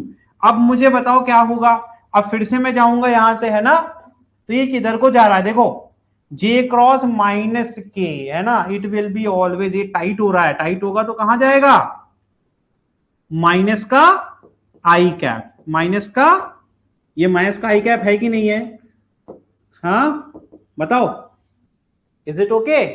तो जब भी direction of current in parallel, जो आपके वायर हैं इस तरीके से रखे जाएं कि अब मैं मैग्नेटिक फील्ड सब कुछ हटा करके डायरेक्ट बता रहा हूं कि दो वायर है, दोनों एक दूसरे का पैरेलल प्लेस्ड है और उन दोनों में करंट डायरेक्शन सेम है, तो क्या होगा, दोनों अट्रैक्ट करेंगे, क्या करेंगे। लेकिन अगर डायरेक्शन अपोजिट है तो रिपेल करेंगे। क्या करेंगे, समझ में आ गया क्या? ठीक है, आसान है कि नहीं ये? तो एक बार पढ़ लेंगे अच्छे से तो it will be very easy, है ना। तो वायर टू कहाँ, देखो सब सारी कहानी बता चुका हूँ, टाइम वेस्ट नहीं करूंगा। वायर टू प्लेस कहाँ किया गया भैया, वायर वन की मैग्नेटिक फील्ड में, बता दिया कि नहीं बता दिया। वायर वन भी इसे कह सकता हूँ, नहीं तो ये क्या, force on two due to one, है ना, force on wire two, force on wire two due, मैंने कहा था नोटेशन सिखाऊंगा। यहाँ लिखा ना F1 और यहाँ लिखा F2, कहाँ गया भाई, देखो कलर चेंज करें तब दिखेगा। दिस इज F1 लिखा है और यहाँ लिखा मैंने F2, तो फोर्स टू, अब यहाँ वन, वन क्या रिप्रेजेंट करता है, force on wire two due to wire number one, notation कहते हैं इसको, ठीक है। इसको लिख दूंगा F1 2, force on wire one due to wire, ठीक है। तो नोटेशन से हेल्प क्या होती है, मैग्नेटिक फील्ड मिल जाती है, ठीक है। तो किसके वजह से आया, तो ये आ गया B1, गेटिंग, वायर का तो लेंथ सेम ही है, एंगल जो भी बन रहा हो, है ना। तो हमारे केस में हम थीटा क्या लेके चल रहे हैं, 90, तो क्या आ गया भाई, साइन 91 होता है। इज इट ओके, ठीक है। B1 निकालने कोई कह दे अगर, तो B1 निकाल सकते हैं ना, वी हैव दिस टॉपिक पढ़ा है ना, इनफाइनाइट वाला wire, mu naught 2I upon 4 pi A is the perpendicular distance. तो परपेंडिकुलर डिस्टेंस कितनी है भैया इनके बीच में, D है कि नहीं, इनके बीच की दूरी कितनी है तो मैंने सारे फॉर्मूले पढ़ा रखे हैं, अभी तुम्हारे ऊपर है कि तुम अप्लाई कैसे करते हो, ठीक, ये भी हो गया। तो now you have this understanding, wire two one पे और वायर वन या टू पर निकाले, ये क्या, व्हाट इज दिस, फोर्स पर यूनिट लेंथ। तो हम क्या कर रहे हैं, टोटल फोर्स तो निकाल लिया, अब उसको डिवाइड कर देंगे वायर की टोटल लेंथ से, ठीक है। यानी इस वाले लेंथ को यहाँ जो मल्टीप्लाई में वो कहा जाएगा, डिवाइड में। तो पूरा फॉर्मूले में क्या चेंज आएगा, वही आ गया, देखो mu naught I1 I2 upon ये हो जाएगा 2 पाई D, टू से अगर चाहो तो काट सकते हो, 2 पाई D हम लोग पढ़ते, ठीक है। ये हो गया बेटा। अब व्हाट इज दिस, अरे सर यही तो आप कब से बता रहे थे कि ये दोनों एक दूसरे के अपोजिट होंगे, अगर when the current is flowing in same direction in both the wire, दोनों वायर में करंट का डायरेक्शन अगर क्या है, सेम है, तभी ये पॉसिबल है, हमेशा ट्रू नहीं होता है, ठीक है। लेकिन अगर मैंने इसको अपोजिट कर दिया तो क्या होगा, अगर मैंने इसको अपोजिट कर दिया तो सर ये दोनों की वैल्यू क्या हो जाएगी, फिर से एक दूसरे के अपोजिट ही होगी, रिपेल करेंगे, यहां पर क्या जाएगा फिर से। देखो मैं ये सब क्यों भगा रहा हूं, क्योंकि सेम चीज रिपीट हो रही है, मैंने पढ़ा दिया ऑलरेडी, है ना। बस मैं तुम्हें ये सिखाना चाह रहा था कि अभी भी F12 is minus of F21 है, बट इन रिपल्सिव नेचर। पिछली बार अट्रैक्टिव था तब भी अपोजिट था, लेकिन अभी भी अपोजिट रहेगा, लेकिन अब रिपेल करेगा। समझ में आ रहा है, ठीक। तो न्यूटन थर्ड लॉ होल्ड करता है कि नहीं करता, बिल्कुल करता है, क्योंकि न्यूटन का थर्ड लॉ क्या होता है, एक्शन रिएक्शन पेयर में उन्होंने क्लियरली बोला है कि जिस पर एक्शन होगा उसी पर रिएक्शन नहीं हो सकता, दो अलग अलग बॉडीज पर एक्शन रिएक्शन होता है। तो बिल्कुल यहां सब कुछ सेटिस्फाई हो रहा है, अगर इसने इसने इस पर एक्शन किया तो इसने इसके ऊपर रिएक्शन किया, ना कि खुद पर किया, नहीं, दो अलग अलग बॉडीज पर लगने वाला इक्वल और अपोजिट फोर्स ही एक्शन रिएक्शन पेयर होता है। तो ये भी एक एग्जांपल है तुम्हारा Newton's third law of motion. यहां तक समझ में आई बात। तो फिगर एक काम करो, एक केस लिख लो, दूसरा केस अपने आप होमवर्क कर लेना, ठीक है ना। ये रहा तुम्हारा केस नंबर, कहां से कर दे, यहीं से करके खुद ही कंप्लीट करो ये, ठीक।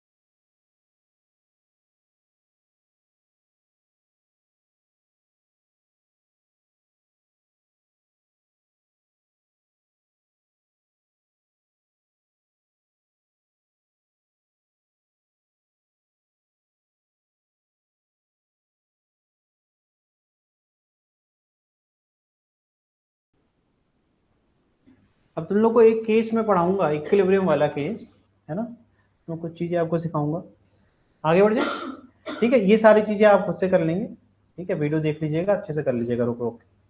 ठीक है, चलो ये क्वेश्चन तो कर दो, ये क्वेश्चन करके दिखाओ तब आगे बढ़ेंगे। तो आसान है, बहुत आसान क्वेश्चन है ये। वैसे इसमें जानबूझ करके 3 वायर कर दिया, लेकिन करंट तीनों में देखो अभी भी सेम है, थोड़ी तो हेल्प होगी तुम्हारी इससे।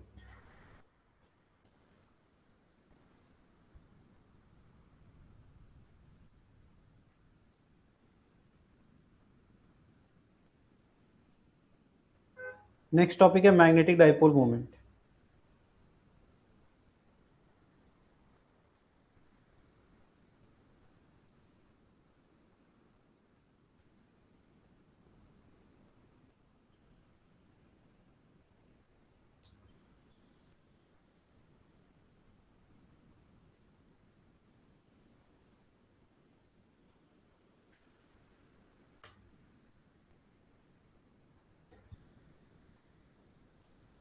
थोड़ा जल्दी करना है बेटा,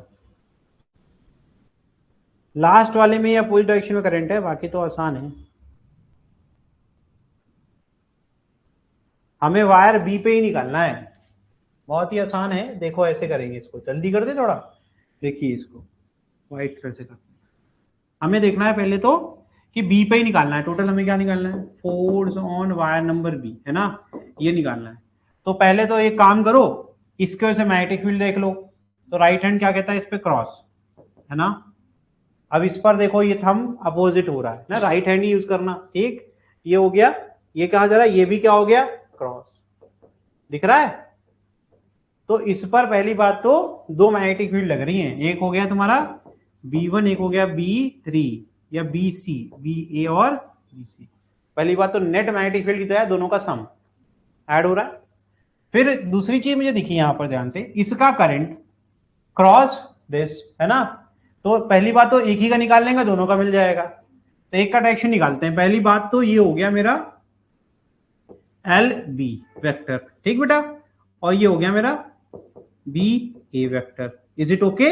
ये क्या हो जाएगा, माइनस का k कैप। जब मैं माइनस k कैप लिखता हूं तो मुझे इस वेक्टर को लिखने की जरूरत नहीं है, और ये हो जाएगा मेरा j कैप। अब मुझे पता है माइनस k से कहां, सॉरी j से कहां आना है, माइनस k, j से कहां आना है, माइनस k। ये कहां जाएगा भाई, j cross k, j cross k, i cross j, है ना, j क्रॉस k कहां जाता है, प्लस का i कैप। अब मैं ना डायरेक्शन से हटा करके रटवा रहा हूं, ये तो पहले भी पढ़ा रखा है। अगर मैं एक माइनस लगाऊंगा तो वो माइनस यहां आएगा कि नहीं आएगा, और माइनस i कैप तो इधर होता है भैया, यानी डायरेक्शन कहां आ गई बच्चे, ये मेरा हो गया एफ ए। अच्छा बताओ, एफ ए जिधर होगा उधर ही एफ सी होगा कि नहीं होगा, कैसे बता रहे सर, बी सी भी तो सेम ही है।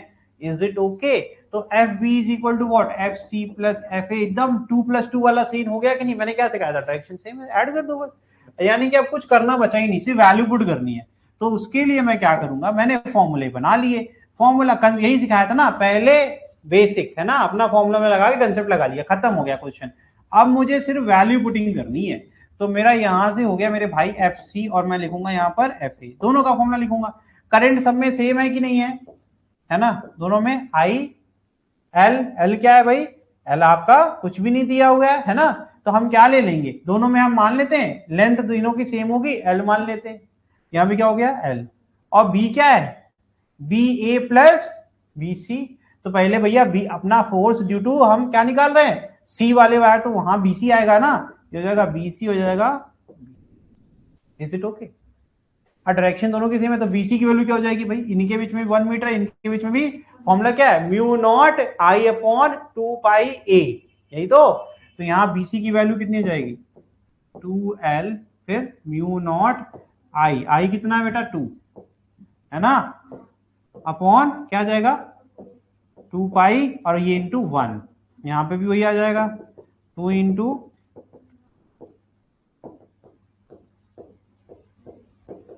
Is it okay? ठीक, देख रहे होगे कितना आसान है। आप कंप्लीट करके बताओ मुझे answer, tell me the answer, final answer क्या आएगा। वैल्यूम बताना है, तो चाहो तो तुम म्यू नॉट अपॉन 4 पाई कर लो, और इसको म्यू नॉट अपॉन 4 पाई 10⁻⁷ कर लेना, 2 से मल्टीप्लाई कर लो। रुको एक काम करते हैं ना, इसको 2i करके इसको 4 पाई कर देते हैं, है ना, जिससे मुझे एक इसमें आसानी दिख गई ना।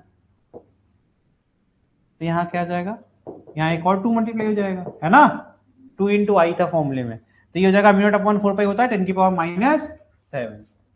और यहाँ पे तो इसने मेरे लिए और अच्छा कर दिया, देखो लिखा पर यूनिट लेंथ, बेटा पर यूनिट लेंथ क्या होता है, divide by L, divide by L. तो यहां से इस एल को भी हम लोग क्या करेंगे, हटा देंगे, है ना। तो अब ये हो गया सिंपल, यहाँ तो क्रॉस कर लो, यहाँ तो ऐसे कर लो, हो जाएगा 2 इंटू दिस एंड 2 इंटू, ठीक है, म्यू नॉट अपॉन 4 पाई कर लेना, क्या 10 पावर -7। आई थिंक आंसर तो आ गया।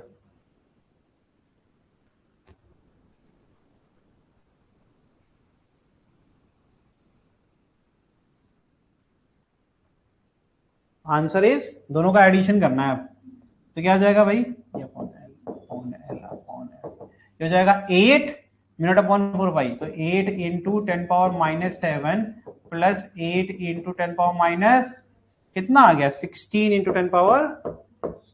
आसान क्वेश्चन नहीं था, मतलब कंसेप्चुअली क्लियर रहोगे तो आसान लगेगा, नहीं तो बहुत कठिन लगेगा, ठीक है।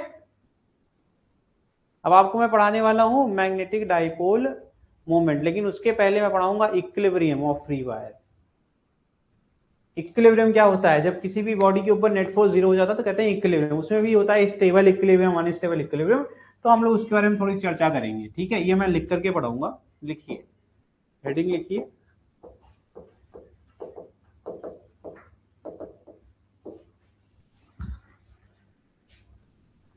Free wire.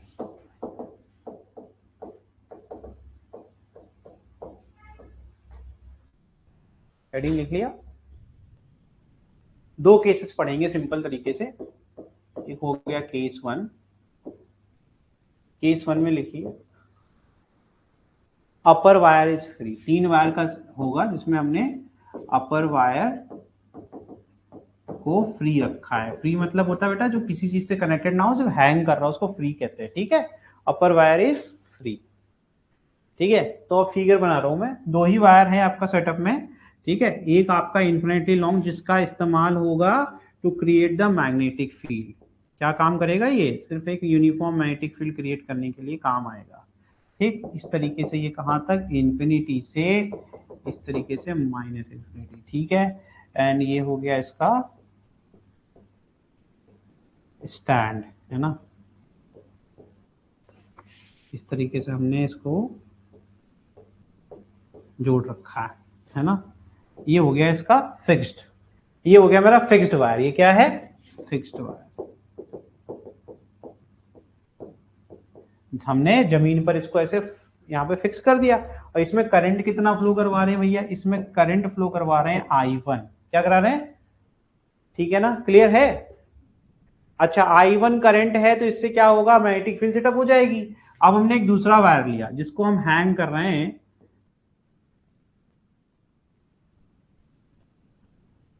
ये मेरा दूसरा वायर है, इसको मैं फ्रीली हैंग करना चाहता हूं। तो बेटा ये कैसे हैंग होगा, हैंग होने के लिए एक कंडीशन नहीं होती है कि जो नेट फोर्स है on the hanging wire should be 0। आपको पता नहीं है क्या, जब इस पेन को छोड़ूंगा तो नीचे आ जाएगी, क्यों नीचे आ जा रही है, इस पेन के ऊपर एक फोर्स लग रहा है, दैट इज क्या होता है, इसका वेट, है ना, ग्रेविटेशनल फोर्स बच्चे। तो अगर इसकी लेंथ कितनी है, अगर इसकी लेंथ हमने एल ले ली, कितनी लेंथ है इसकी, एल लेंथ, है ना, तो हर एक पॉइंट पर जो फोर्स नीचे डाउनवर्ड फोर्स लग रहा होगा दैट विल बी व्हाट, बताओ, weight per unit length. Is it okay, ठीक है। तो अगर मैंने इसको ऐसे कर दिया, इसका मास ले लिया, let the mass, let mass of free wire का जो मास है वो कितना है, m। क्या है बेटा, m, ठीक। और इसका मास पर यूनिट लेंथ कितना आ गया, इसको मैं ले लिया लैम्डा, ठीक है। तो अगर आप फॉर्मूला निकालेंगे तो it will become what, lambda into G. अरे तुम mg अपॉन एल करोगे तो m अपॉन एल को लैम्डा कर दिया, इज इट ओके। तो इस तरीके से इस पे पर यूनिट जो आपका है वो निकाल लिया। इसी प्रकार से मैग्नेटिक फोर्स भी हर एक पॉइंट पर लगेगा कि नहीं लगेगा, तो इस पे भी हम क्या निकालना चाहते हैं, हम एक ही बार में क्वेश्चन को इजी कर रहे हैं, तो मैंने इस पर भी जो फोर्स अपवर्ड लगेगा that will B Fm upon L, होगा कि नहीं होगा, समझ में आ रहा है? तो मैंने इसको सिंबॉलिकली लिख दिया small F M. Is it okay? तो एफबीडी में क्या आया? मैंने कहा कंडीशन फॉर इक्विलिब्रियम क्या होगी? तो मैंने कहा condition for equilibrium is what? जब एफ एम, बताओ, is small F M is equal to क्या हो जाए बेटा? लैम्डा। सही है कि गलत है? अरे भाई, ये इसको कैंसिल आउट कर देगा, तो ये हवा में ऐसे ही रहेगा, हैंग करेगा। समझ में आ रहा है? तो आपने क्या सीखा कि भाई हम लोगों ने एक फॉर्मूला ऑलरेडी बना रखा है। कौन सा फॉर्मूला बना रखा है? ये एक फॉर्मूला बनाया था ना तुमने, ये फॉर्मूला बनाया था कि नहीं बनाया था? तो ये फॉर्मूला यूज कर सकते हैं हम लोग डायरेक्टली, है ना? दो ही पेयर है, हाँ दो ही पेयर है। दोनों में करंट अलग अलग है, हाँ दोनों में अलग अलग करंट है। एक में I1 लिया है, दूसरे में आप कुछ भी ले लीजिए, I2 ले लीजिए, ठीक है? तो अब जरा इसको सॉल्व करके मुझे बताओ, the direction of current I am taking is I2। ये जस्ट एक दूसरे के अपोजिट। क्यों अपोजिट? क्योंकि अरे भैया, अगर अपोजिट नहीं होगा तो कैसे ये रिपेल करना चाहिए ना इसको। ये फिक्स वाला वायर फ्री वायर को रिपेल करेगा, तभी तो ये हैंग कर पाएगा।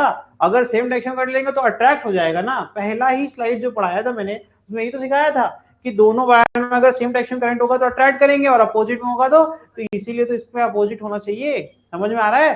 तो इस तरीके से हम इस कंडीशन को अचीव करेंगे। तो यहाँ पर अब इसको सॉल्व करके मुझे बताइए कि आपने क्या सीखा इसमें, ठीक है? तो स्मॉल एफ एम की वैल्यू क्या आ जाएगी? Small F M will be equal to mu naught I1 I2 upon, क्या लिख सकते हैं अपन? 4 पाई को मैं 2 से काटना चाहता हूं, है ना? तो what is it will be 2 पाई, और परपेंडिकुलर डिस्टेंस कितनी ले रहा हूं मैं? h। Is it okay? ठीक। अब मैं आपको कुछ चीज सिखाना चाहता हूं, ठीक है? अब यहां से आ रहा है कि ये तो इक्विलिब्रियम हो गया। यहां लिखता हूं मैं फॉर स्टेबल इक्विलिब्रियम। अब ध्यान से सुनना, स्टेबल इक्विलिब्रियम में क्या होता है कि जब भी हम क्या करें, है ना, स्टेबल इक्विलिब्रियम क्या चीज होती है? जब भी मैं क्या करूं, किसी भी इक्विलिब्रियम वाले जो ऑब्जेक्ट है उसको मैं डिस्टर्ब कर रहा हूं, है ना? जब मैं उसको डिस्टर्ब करता हूं, चाहे मैं उसको दूर ले जाऊं चाहे मैं इसको करीब ले जाऊं, if the body is capable to move towards the equilibrium point by itself, मैंने उसके बाद कुछ भी नहीं करा, बॉडी को मान लो ऐसे नीचे दबा दिया, फिर मैंने छोड़ दिया, है ना? तो after removing the external force it should be capable enough, इसका इतनी खुद की शक्ति होनी चाहिए कि वापस से अपने इक्विलिब्रियम वाले पॉइंट की तरफ चला जाए, है ना? और वो जाते, जब ये नीचे करके छोड़ देंगे तो क्या करेगा, ये जाने की कोशिश करेगा, फिर थोड़ा आगे चला जाएगा ड्यू टू मोमेंटम। मोमेंटम पढ़ा है ना कि कोई चलता हुआ आदमी तो नहीं रुक सकता। तो जब ये मोशन में आ जाएगा थोड़ी देर तक ये क्या करेगा, ऑसिलेट करेगा। जब ऑसिलेट करेगा, ऑसिलेशन पढ़ाया था, तो उसमें क्या होता है, टाइम पीरियड होता है, तो हम टाइम पीरियड भी हमें ऑब्जर्व करने को मिलेगा। तो क्या है भैया कि on application of external force, है ना, if the wire is slightly, मैंने स्लाइटली लिखा, ऐसा नहीं घर में लेके चले जाओ इसको, अरे हल्का सा डिस्टर्ब कर रहे हो, है ना, displaced from its equilibrium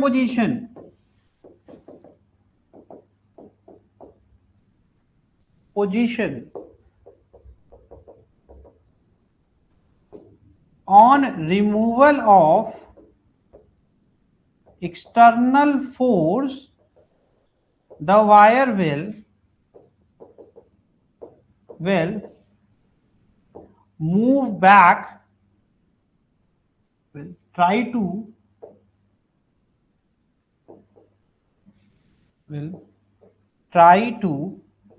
attain its equilibrium, मैंने शॉर्ट में लिख दिया इक्विलिब्रियम, है ना? तो कह रहे हैं कि भैया अगर आपने डिस्टर्ब कर दिया तो जब आप हटाओगे तो वायर ये कोशिश करेगा कि अपनी वापस से इक्विलिब्रियम पोजीशन वो पा ले, ठीक है? और इसके इस वजह से क्या होगा, due to this oscillation will occur,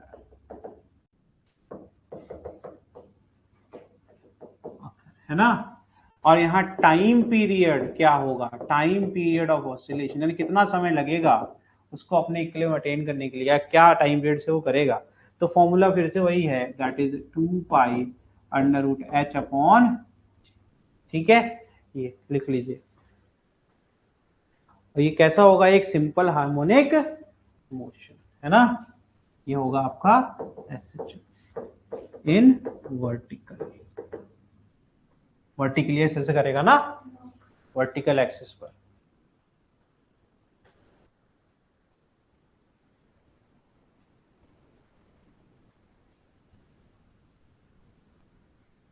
ठीक है, अब लेकिन अनस्टेबल इक्विलिब्रियम के लिए, ये तो स्टेबल इक्विलिब्रियम का केस हो गया, केस नंबर 2, है ना। अब केस 2 देखना, अब हम क्या कर रहे हैं, लोअर वायर को फ्री कर रहे हैं, वायर इज फ्री, ठीक है। अब ध्यान से देखना इसको, अब फिर से डायग्राम बनेगा। अब हम क्या करेंगे, फिक्स करेंगे किसको, इनफिनाइट वाला वायर ऊपर चला गया, है ना, ये हो जाएगा प्लस इन्फिनिटी हो जाएगा, ये माइनस कर लो, फर्क उससे फर्क पड़ता नहीं है, हम लोग सिर्फ समझने की कोशिश कर रहे हैं। लेकिन जो तुम जो है पढ़ते आए हो जिससे, उसमें इसको हमेशा माइनस, ये पॉजिटिव एक्स हो गया ये, है ना, इसलिए मैंने देखा, मैंने कहा कर देता हूँ, ऐसा कोई फर्क पड़ता नहीं उससे। अब इसको भी फिक्स करो, ये स्टैंड हो गया मेरा, ये मैंने इसको फिक्स कर दिया, और यहाँ भी मैंने ऐसे बना दिया, इस तरीके से मैंने इसको फिक्स कर दिया। ओके, ये मेरा हो गया फिक्स्ड वायर, ठीक है। अब मेरा फ्री वायर कहाँ है, तो यहाँ है ना, इस तरीके से, ये मेरा क्या है, फ्री वायर है ना, दिस इज माई फ्री। अब जो वेट लग रहा होगा वो नीचे की तरफ लगेगा, है ना, तो अब क्या हो जाएगा, फिर से फॉर्मूला बिकम व्हाट, बताओ, लैम्डा जी। और अब मुझे चाहिए कि इसको कोई ऊपर की तरफ खींचे, यही तो चाहिए, है ना। तो डायरेक्शन ऑफ करंट क्या हो जाएगा फिर से, अब बताओ, अट्रैक्ट करना है कि रिपेल करना है, वी वांट टू अट्रैक्ट, है ना, इसको ये ऊपर की तरफ खींच रहा है यानी अट्रैक्ट कर रहा है ना, तो डायरेक्शन ऑफ करंट दोनों में क्या होगा, अब सेम होगा, I1, ये हो गया तेरा, है ना, तो ये हो गया फिर से। लेकिन इस बार तुम नोटिस करना एक चीज, ठीक है, अगर मैं इसको डिस्प्लेस करूंगा, नीचे ले आया, तो आपको याद है परपेंडिकुलर डिस्टेंस बढ़ती है तो मैग्नेटिक फील्ड घटती जाती है, कमजोर होता जाएगा, एफएम रिड्यूस हो जाएगा, तो क्या ये कभी वापस आ पाएगा। अब मैं ये चीज दोबारा इस पे आता हूं, अब मैं इसमें दिखाता हूं तुमको, जब मैं इसके करीब आऊंगा, ठीक है, एक तो पहले ही रिपेल कर रहा था ये, लेकिन करीब आऊंगा तो परपेंडिकुलर डिस्टेंस घटेगी, घटेगी तो मैग्नेटिक फील्ड I1 की और ज्यादा ताकतवर हो जाएगी, तो और ताकत लगा के इसको रिपेल करेगा, तो इस वाले केस में तो चांस भी है कि ये वापस चला जाए। और जैसे ये दूर, जैसे ऑसिलेशन में नीचे तुमने किया, छोड़ा, तो ये ऊपर चला गया, तो ऊपर जाएगा तो मैग्नेटिक फील्ड I1 की कमजोर हो जाएगी, यानी फिर से ये, मतलब कौन जीत जाएगा, लैम्डा जी, यानी ये लैम्डा जी और स्मॉल एफएम के बीच का खेल चलता रहेगा तब तक ये एसएचएम। और जैसे ये टाइम पीरियड जैसे ही आपका ऑसिलेट करते करते धीमे धीमे फेज आउट हो जाएगा, कि हर बार, ये तो पढ़ा हुआ है ना, डैम्ड अनडैम्ड, है ना, तो तुम्हें पता है कि धीमे धीमे करते करते ये क्या है, सराउंडिंग में इसकी एनर्जी लूज होती जाएगी और ये रुकेगा, है ना, क्योंकि हर बार जितना पहली बार डिस्प्लेस होगा उतना दूसरी बार में भी डिस्प्लेस नहीं होगा। ये तो सब पढ़ा रखा है 11th में, लेकिन फिर भी ठीक समझ में आया कि क्यों ये कर रहा है ये अनस्टेबल इक्विलिब्रियम, और क्यों ये अनस्टेबल। अनस्टेबल में क्या होता है, एक बार डिस्प्लेस कर दिया, जिस डायरेक्शन डिस्प्लेस कर दो उसी डायरेक्शन वो आगे की तरफ चला जाएगा, क्योंकि लैम्डा जी जीत जाएगा, और जब ये जीत जाएगा तो ये वायर नीचे जाके गिर जाएगा। समझ में आ रहा है। तो यहाँ ये क्या है, this is the case of unstable. तो कंडीशन फॉर अनस्टेबल इक्विलिब्रियम, है ना, वंस डिस्प्लेस, मैं शॉर्ट में लिख दे रहा हूं, the wire will move in the direction of displacement। Okay, ये मैंने शॉर्ट में लिख दिया, ठीक, समझना ज़्यादा इंपॉर्टेंट था, क्योंकि हम लोग अभी ये कॉम्पिटिटिव की रेस में है, हमें थ्योरी में इतना पढ़ना नहीं है, लेकिन वी शुड नो कि क्या कंसेप्ट है, कैसे काम कर रहा है। तो ये हो गया बेटा तुम्हारा, ठीक है। तो जब भी हम इक्विलिब्रियम में रहेंगे तो इक्विलिब्रियम कंडीशन तो हर जगह सेम है। क्या होगा भाई, F M is equal to lambda G रहेगा, तब तक तो ये इक्विलिब्रियम में है। जैसे ही हम इसको डिस्टर्ब करेंगे फिर ये दोबारा कभी स्टेबल होने वाला है नहीं, ये हमेशा चला जाएगा अनस्टेबल। समझ में आ रहा है। तो दोनों में फॉर्मूले का अगर कोई देखेगा तो फॉर्मूला तो कुछ भी नहीं है। क्या यहाँ ऑसिलेशन होगा तो लिखेंगे नो ऑसिलेशन, क्योंकि भैया जैसे ही पहला डिस्टर्बेंस आएगा तो वैसे ही तो ये चला जाएगा, ठीक है। और अगर देखो यहाँ पर इसको तुम्हें लग रहा होगा नीचे ही बता रहे हैं, बार बार चीटिंग कर रहे हैं, इसको ऊपर ले आओ बेटा, लैम्डा जी कमजोर हो जाएगा और ये ताकतवर हो जाएगा, क्योंकि मैग्नेटिक फील्ड बहुत, तो क्या होगा, फटाक से इसको चिपका लेगा, खींच लेगा, अट्रैक्ट कर लेगा। समझ में आ रहा है। क्योंकि जैसे ही ये डिक्रीज होना स्टार्ट हुआ यानी कि इक्विलिब्रियम खत्म, अब जो जीता उसी की चलेगी, तो ये क्या करेगा, सीधे जाकर के इसको है ना चिपक जाएगा उसमें जाके। तो यहाँ पर कोई ऑसिलेशन देखने को भी मिलेगा ही नहीं, चाहे तुम नीचे डिस्टर्ब करो चाहे, लेकिन एसटीएम वाला जो केस है वो स्टेबल इक्विलिब्रियम का है। गेटिंग। तो ये कंप्लीट हो गया तुम्हारा। अब तुम्हें कुछ भी नहीं पढ़ना है इसमें। अब जो नेक्स्ट टॉपिक है that is your magnetic dipole moment. Heading लिख लो, that is your magnetic dipole. चलिए उसके लिए मैं एक पीपीटी ऑलरेडी बना के रखा हूं।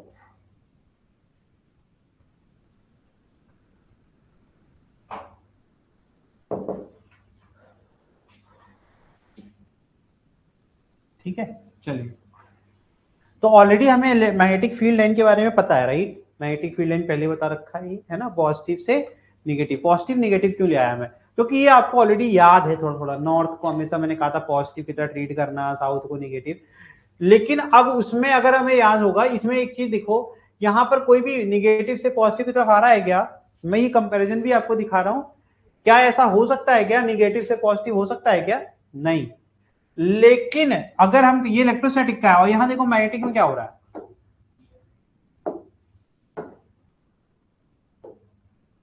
मैग्नेटिक में क्या हो रहा है भाई। पहली बात तो ये बात सच है कि नॉर्थ जो है वो पॉजिटिव की तरह थोड़ा थोड़ा काम करता है, क्योंकि आउटवर्ड होता है। इसमें निगेटिव की तरह थोड़ा थोड़ा काम करता है, ये बात सच है, लेकिन पूरी तरीके से आइडेंटिकल नहीं होता। ये बना हुआ है इलेक्ट्रिक फील्ड डायग्राम। ये क्या बना हुआ है, इलेक्ट्रिक फील्ड लाइंस डायग्राम, है ना, ऑफ डाइपोल, जो इलेक्ट्रिक डाइपोल होता था। इसमें हमेशा पॉजिटिव से निगेटिव की तरफ सारी की सारी फील्ड जा रही है। देखो यहां भी जा रही है, कोई भी वापस नहीं आ रही है, कोई भी वापस नहीं आ रही है। यहाँ पर याद है Q इंटू 2L होता था, इनके बीच की दूरी क्या, इवन मल्टीपल ऑफ लेंथ लेते थे। ये देखो, ये सब याद होना चाहिए। लेकिन यहाँ क्या हो रहा है, यहाँ तो जा भी रही है और वापस भी आ रही है, वापस भी आ रही है, ठीक है। तो इसलिए ये क्या है, क्लोज्ड लूप में फ्लो होती है ना। यहाँ क्या है, ये क्लोज्ड लूप, जहां से जा रहे हैं वहां पे वापस। यहाँ क्या है, ओपन ना। ये सब बेसिक याद, रिवीजन हो गया तुम्हारा। चलो अब आगे बढ़ते। तो यहाँ पर ध्यान देने वाली बात क्या है कि यहाँ पर जो पोल स्ट्रेंथ होती है ना, जैसे वहां चार्ज होता था तो वैसे ही पोल स्ट्रेंथ होती है। पोल स्ट्रेंथ क्या हो ना, इसकी जो साइज होगी मैग्नेट की, उससे थोड़ा सा अंदर होते हैं, उससे थोड़ा सा अंदर होते हैं। तो यहाँ पर जो लेंथ है ना, वो पोल स्ट्रेंथ, जब मिड पॉइंट होगा बाहर मैग्नेट का, वहां से पोल स्ट्रेंथ, तो इसको स्मॉल एम कहते हैं। एक पॉजिटिव एम हो गया और एक नेगेटिव। समझ में आ रहा है, वो साउथ और नॉर्थ हो गया। तो इसका फॉर्मूला क्या हो जाएगा, वहां पे पी होता है, यहाँ क्यू होता है, यहाँ पर पोल स्ट्रेंथ होता है small M into 12। Is it okay, ठीक। चलो, मैग्नेटिक मोनोपोल होते हैं क्या, जैसे वहां तो पॉजिटिव चार्ज एग्जिस्ट करता है अकेले, लेकिन यहाँ पर ऐसा नहीं हो सकता। कभी भी नॉर्थ अकेले नहीं होगा, कभी भी साउथ अकेले नहीं होगा। मैग्नेटिक मोनोपोल एग्जिस्ट नहीं करता। अगर हम ब्रेक कर दें तो क्या होगा, जैसे ही तुम तोड़ोगे दो मैग्नेट बन जाएंगे, और एक में फिर से जहां तुमने नॉर्थ को रखा और साउथ की तरफ से तोड़ दिया, तो यहाँ एक नया साउथ बन जाएगा।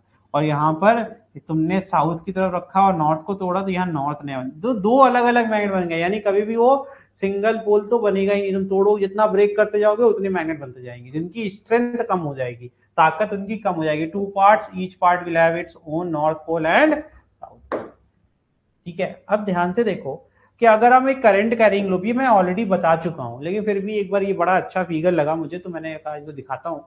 तो ये मैंने पहले नहीं सिखाया आपको, राइट हैंड कर्व रूल से सिखाया था मैंने कि ये क्या होता है जब तुम एक एक लूप लेते हो, तो उससे क्या होता है, जो नेट मैग्नेटिक फील्ड है वो सेटअप हो जाती है, लूप की एक तरफ नॉर्थ हो जाता है, एक तरफ, ये वही डायग्राम है बेटा, उसी को दोबारा दिखाया गया। यानी मैं तुम्हें दिखाना चाहता हूँ कि जो सोलेनॉइड है, जो इसी सिंगल लूप है, अगर सोचो ऐसे ही एक हम क्या बना दें, सोलेनॉइड बना दें, है ना,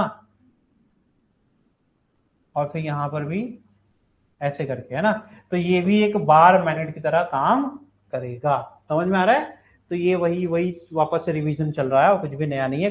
consider current carrying loop, magnetic field as shown above, magnetic moment in this loop will be proportional to the current flowing। अब यहाँ क्या कर रहे हैं, now we are trying to make sure, अब ध्यान से देखना इसमें क्या कर रहे हैं, इसको थोड़ा सा और चीज ऐड कर रहा हूं इसमें, ठीक है। Now this current carrying loop जो है ना, current carrying loop is placed inside this uniform magnetic field. समझ में आ रहा है? यानी अब ये लूप था, इसको हमने प्लेस कर दिया, करंट कैरिंग लूप को प्लेस कर दिया किसमें, यूनिफॉर्म मैग्नेटिक फील्ड में, तो इसके अंदर भी क्या सेट हो गया, मैग्नेटिक मोमेंट। समझ में आ रहा है? तो यहां पर कह रहे हैं कि अगर एक करंट कैरिंग लूप है मैग्नेटिक फील्ड में, उसको हम प्लेस करते हैं, तो मैग्नेटिक मोमेंट जो सेटअप होगा वो किसके ऊपर डिपेंड करेगा, करंट जो फ्लो कर रहा है, ठीक है। और कह रहे हैं and area through which magnetic field line, कह रहे हैं दो चीजों पे निर्भर करता है, एक तो ये जो देखो ये area of cross section, area of cross section पहचानते हो ना, जहां से होके निकल रही है, ठीक, और कौन सा करंट जो हमारे उसमें फ्लो कर रहा है, इन दोनों चीजों पर डिपेंड करेगा, ठीक है। तो अगर ध्यान से देखना, क्लॉकवाइज साउथ पोल होता है, एंटी क्लॉकवाइज तो बता चुका हूं मैं, है ना, ये सब पता है। तो मैग्नेटिक मोमेंट अगर एक current carrying loop placed inside this magnetic field, तो इसमें क्या होगा, या आप राइट हैंड कर्ल से निकालेंगे, this is representing the magnetic moment, ये क्या हो जाएगा, अब इसका डायरेक्शन क्या हो जाएगा, जे कैप, ठीक है, वेक्टर में लिखना सिखा रहा हूं, ठीक है। एरिया वेक्टर का डायरेक्शन ही हमेशा आपको मैग्नेटिक मोमेंट का डायरेक्शन देगा, एरिया वेक्टर कहां आएगा, ऊपर की तरफ ही आएगा, है ना। तो दो एरिया वेक्टर बनेंगे एक लूप में, एक ऊपर की तरफ और एक, तो भाई आप देख कहां से रहे वो भी तो मैटर करेगा, ठीक, तो ये हो गया। तो यहाँ कुछ एग्जांपल्स हैं, इसको बहुत ही अच्छे से पढ़ लो। तो यहाँ पर आपको दिख रहा है कि now we have the formula, we have formula magnetic moment is for a current carrying loop is m is equal to IA, right. तो अब हम वही यूज करने वाले हैं। तो अगर हम यहाँ पर देखें तो इसका एरिया क्या हो जाएगा, इस लूप का एरिया क्या हो जाएगा, ए स्क्वायर, ये बात तो क्लियर होगी, ए स्क्वायर होगा कि नहीं होगा, अरे स्क्वायर नहीं दिख रहा तुझे, है ना, ए स्क्वायर हो गया। अब हमारा राइट हैंड कर्ल रूल है ना ये, तो लूप का कर्ल हमें लेना है और थंब हमेशा मैग्नेटिक मोमेंट को रिप्रेजेंट करेगा। तो अगर ये आपका आई है और ये जे, तो ये क्या जाएगा प्लस का के कैप, इज इट ओके कि नहीं, तो ये आया कि नहीं आया। अब दो आप सॉल्व करिए, मैंने सब में से डायरेक्शन हटा रखी है, कभी नोटिस करो तो उसमें सब में मैंने डायरेक्शन को हटा दिया है, तो तुम करके दिखाओ, जल्दी से बताइए, फटाफट करना है बेटा। ये यहाँ क्या है, ये हो गया तुम्हारा, है ना, ये देखो लूप कहाँ जा रहा है, ये मैग्नेटिक मोमेंट कहाँ जा रहा है, आई कैप में, तो ये आ गया तुम्हारा आई कैप।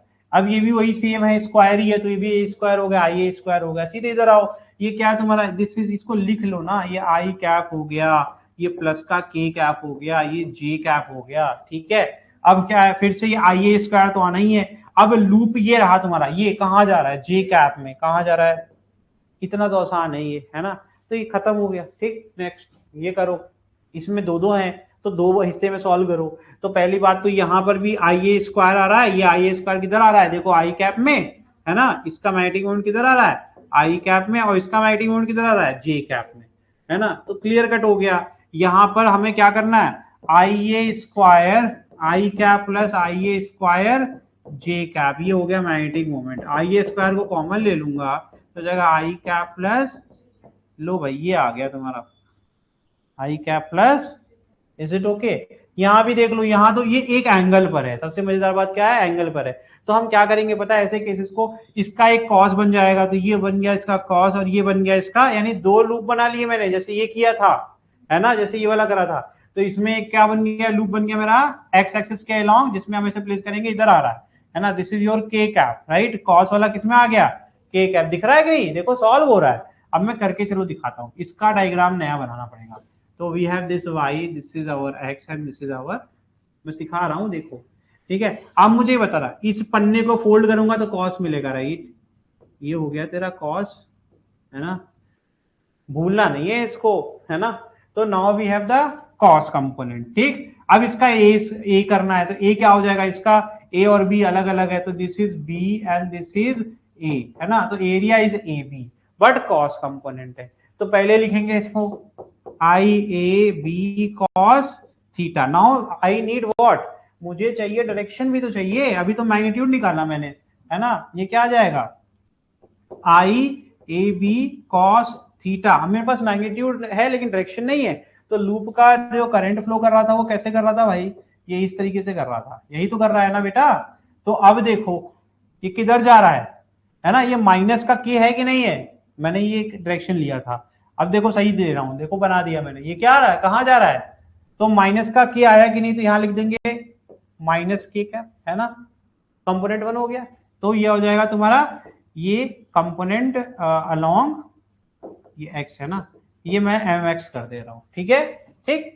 अब दूसरा टोटल निकालना है, तो अब ये क्या हो जाएगा, इसका दूसरा कहां बन रहा है, यहां बन रहा है कि नहीं बन रहा है ना,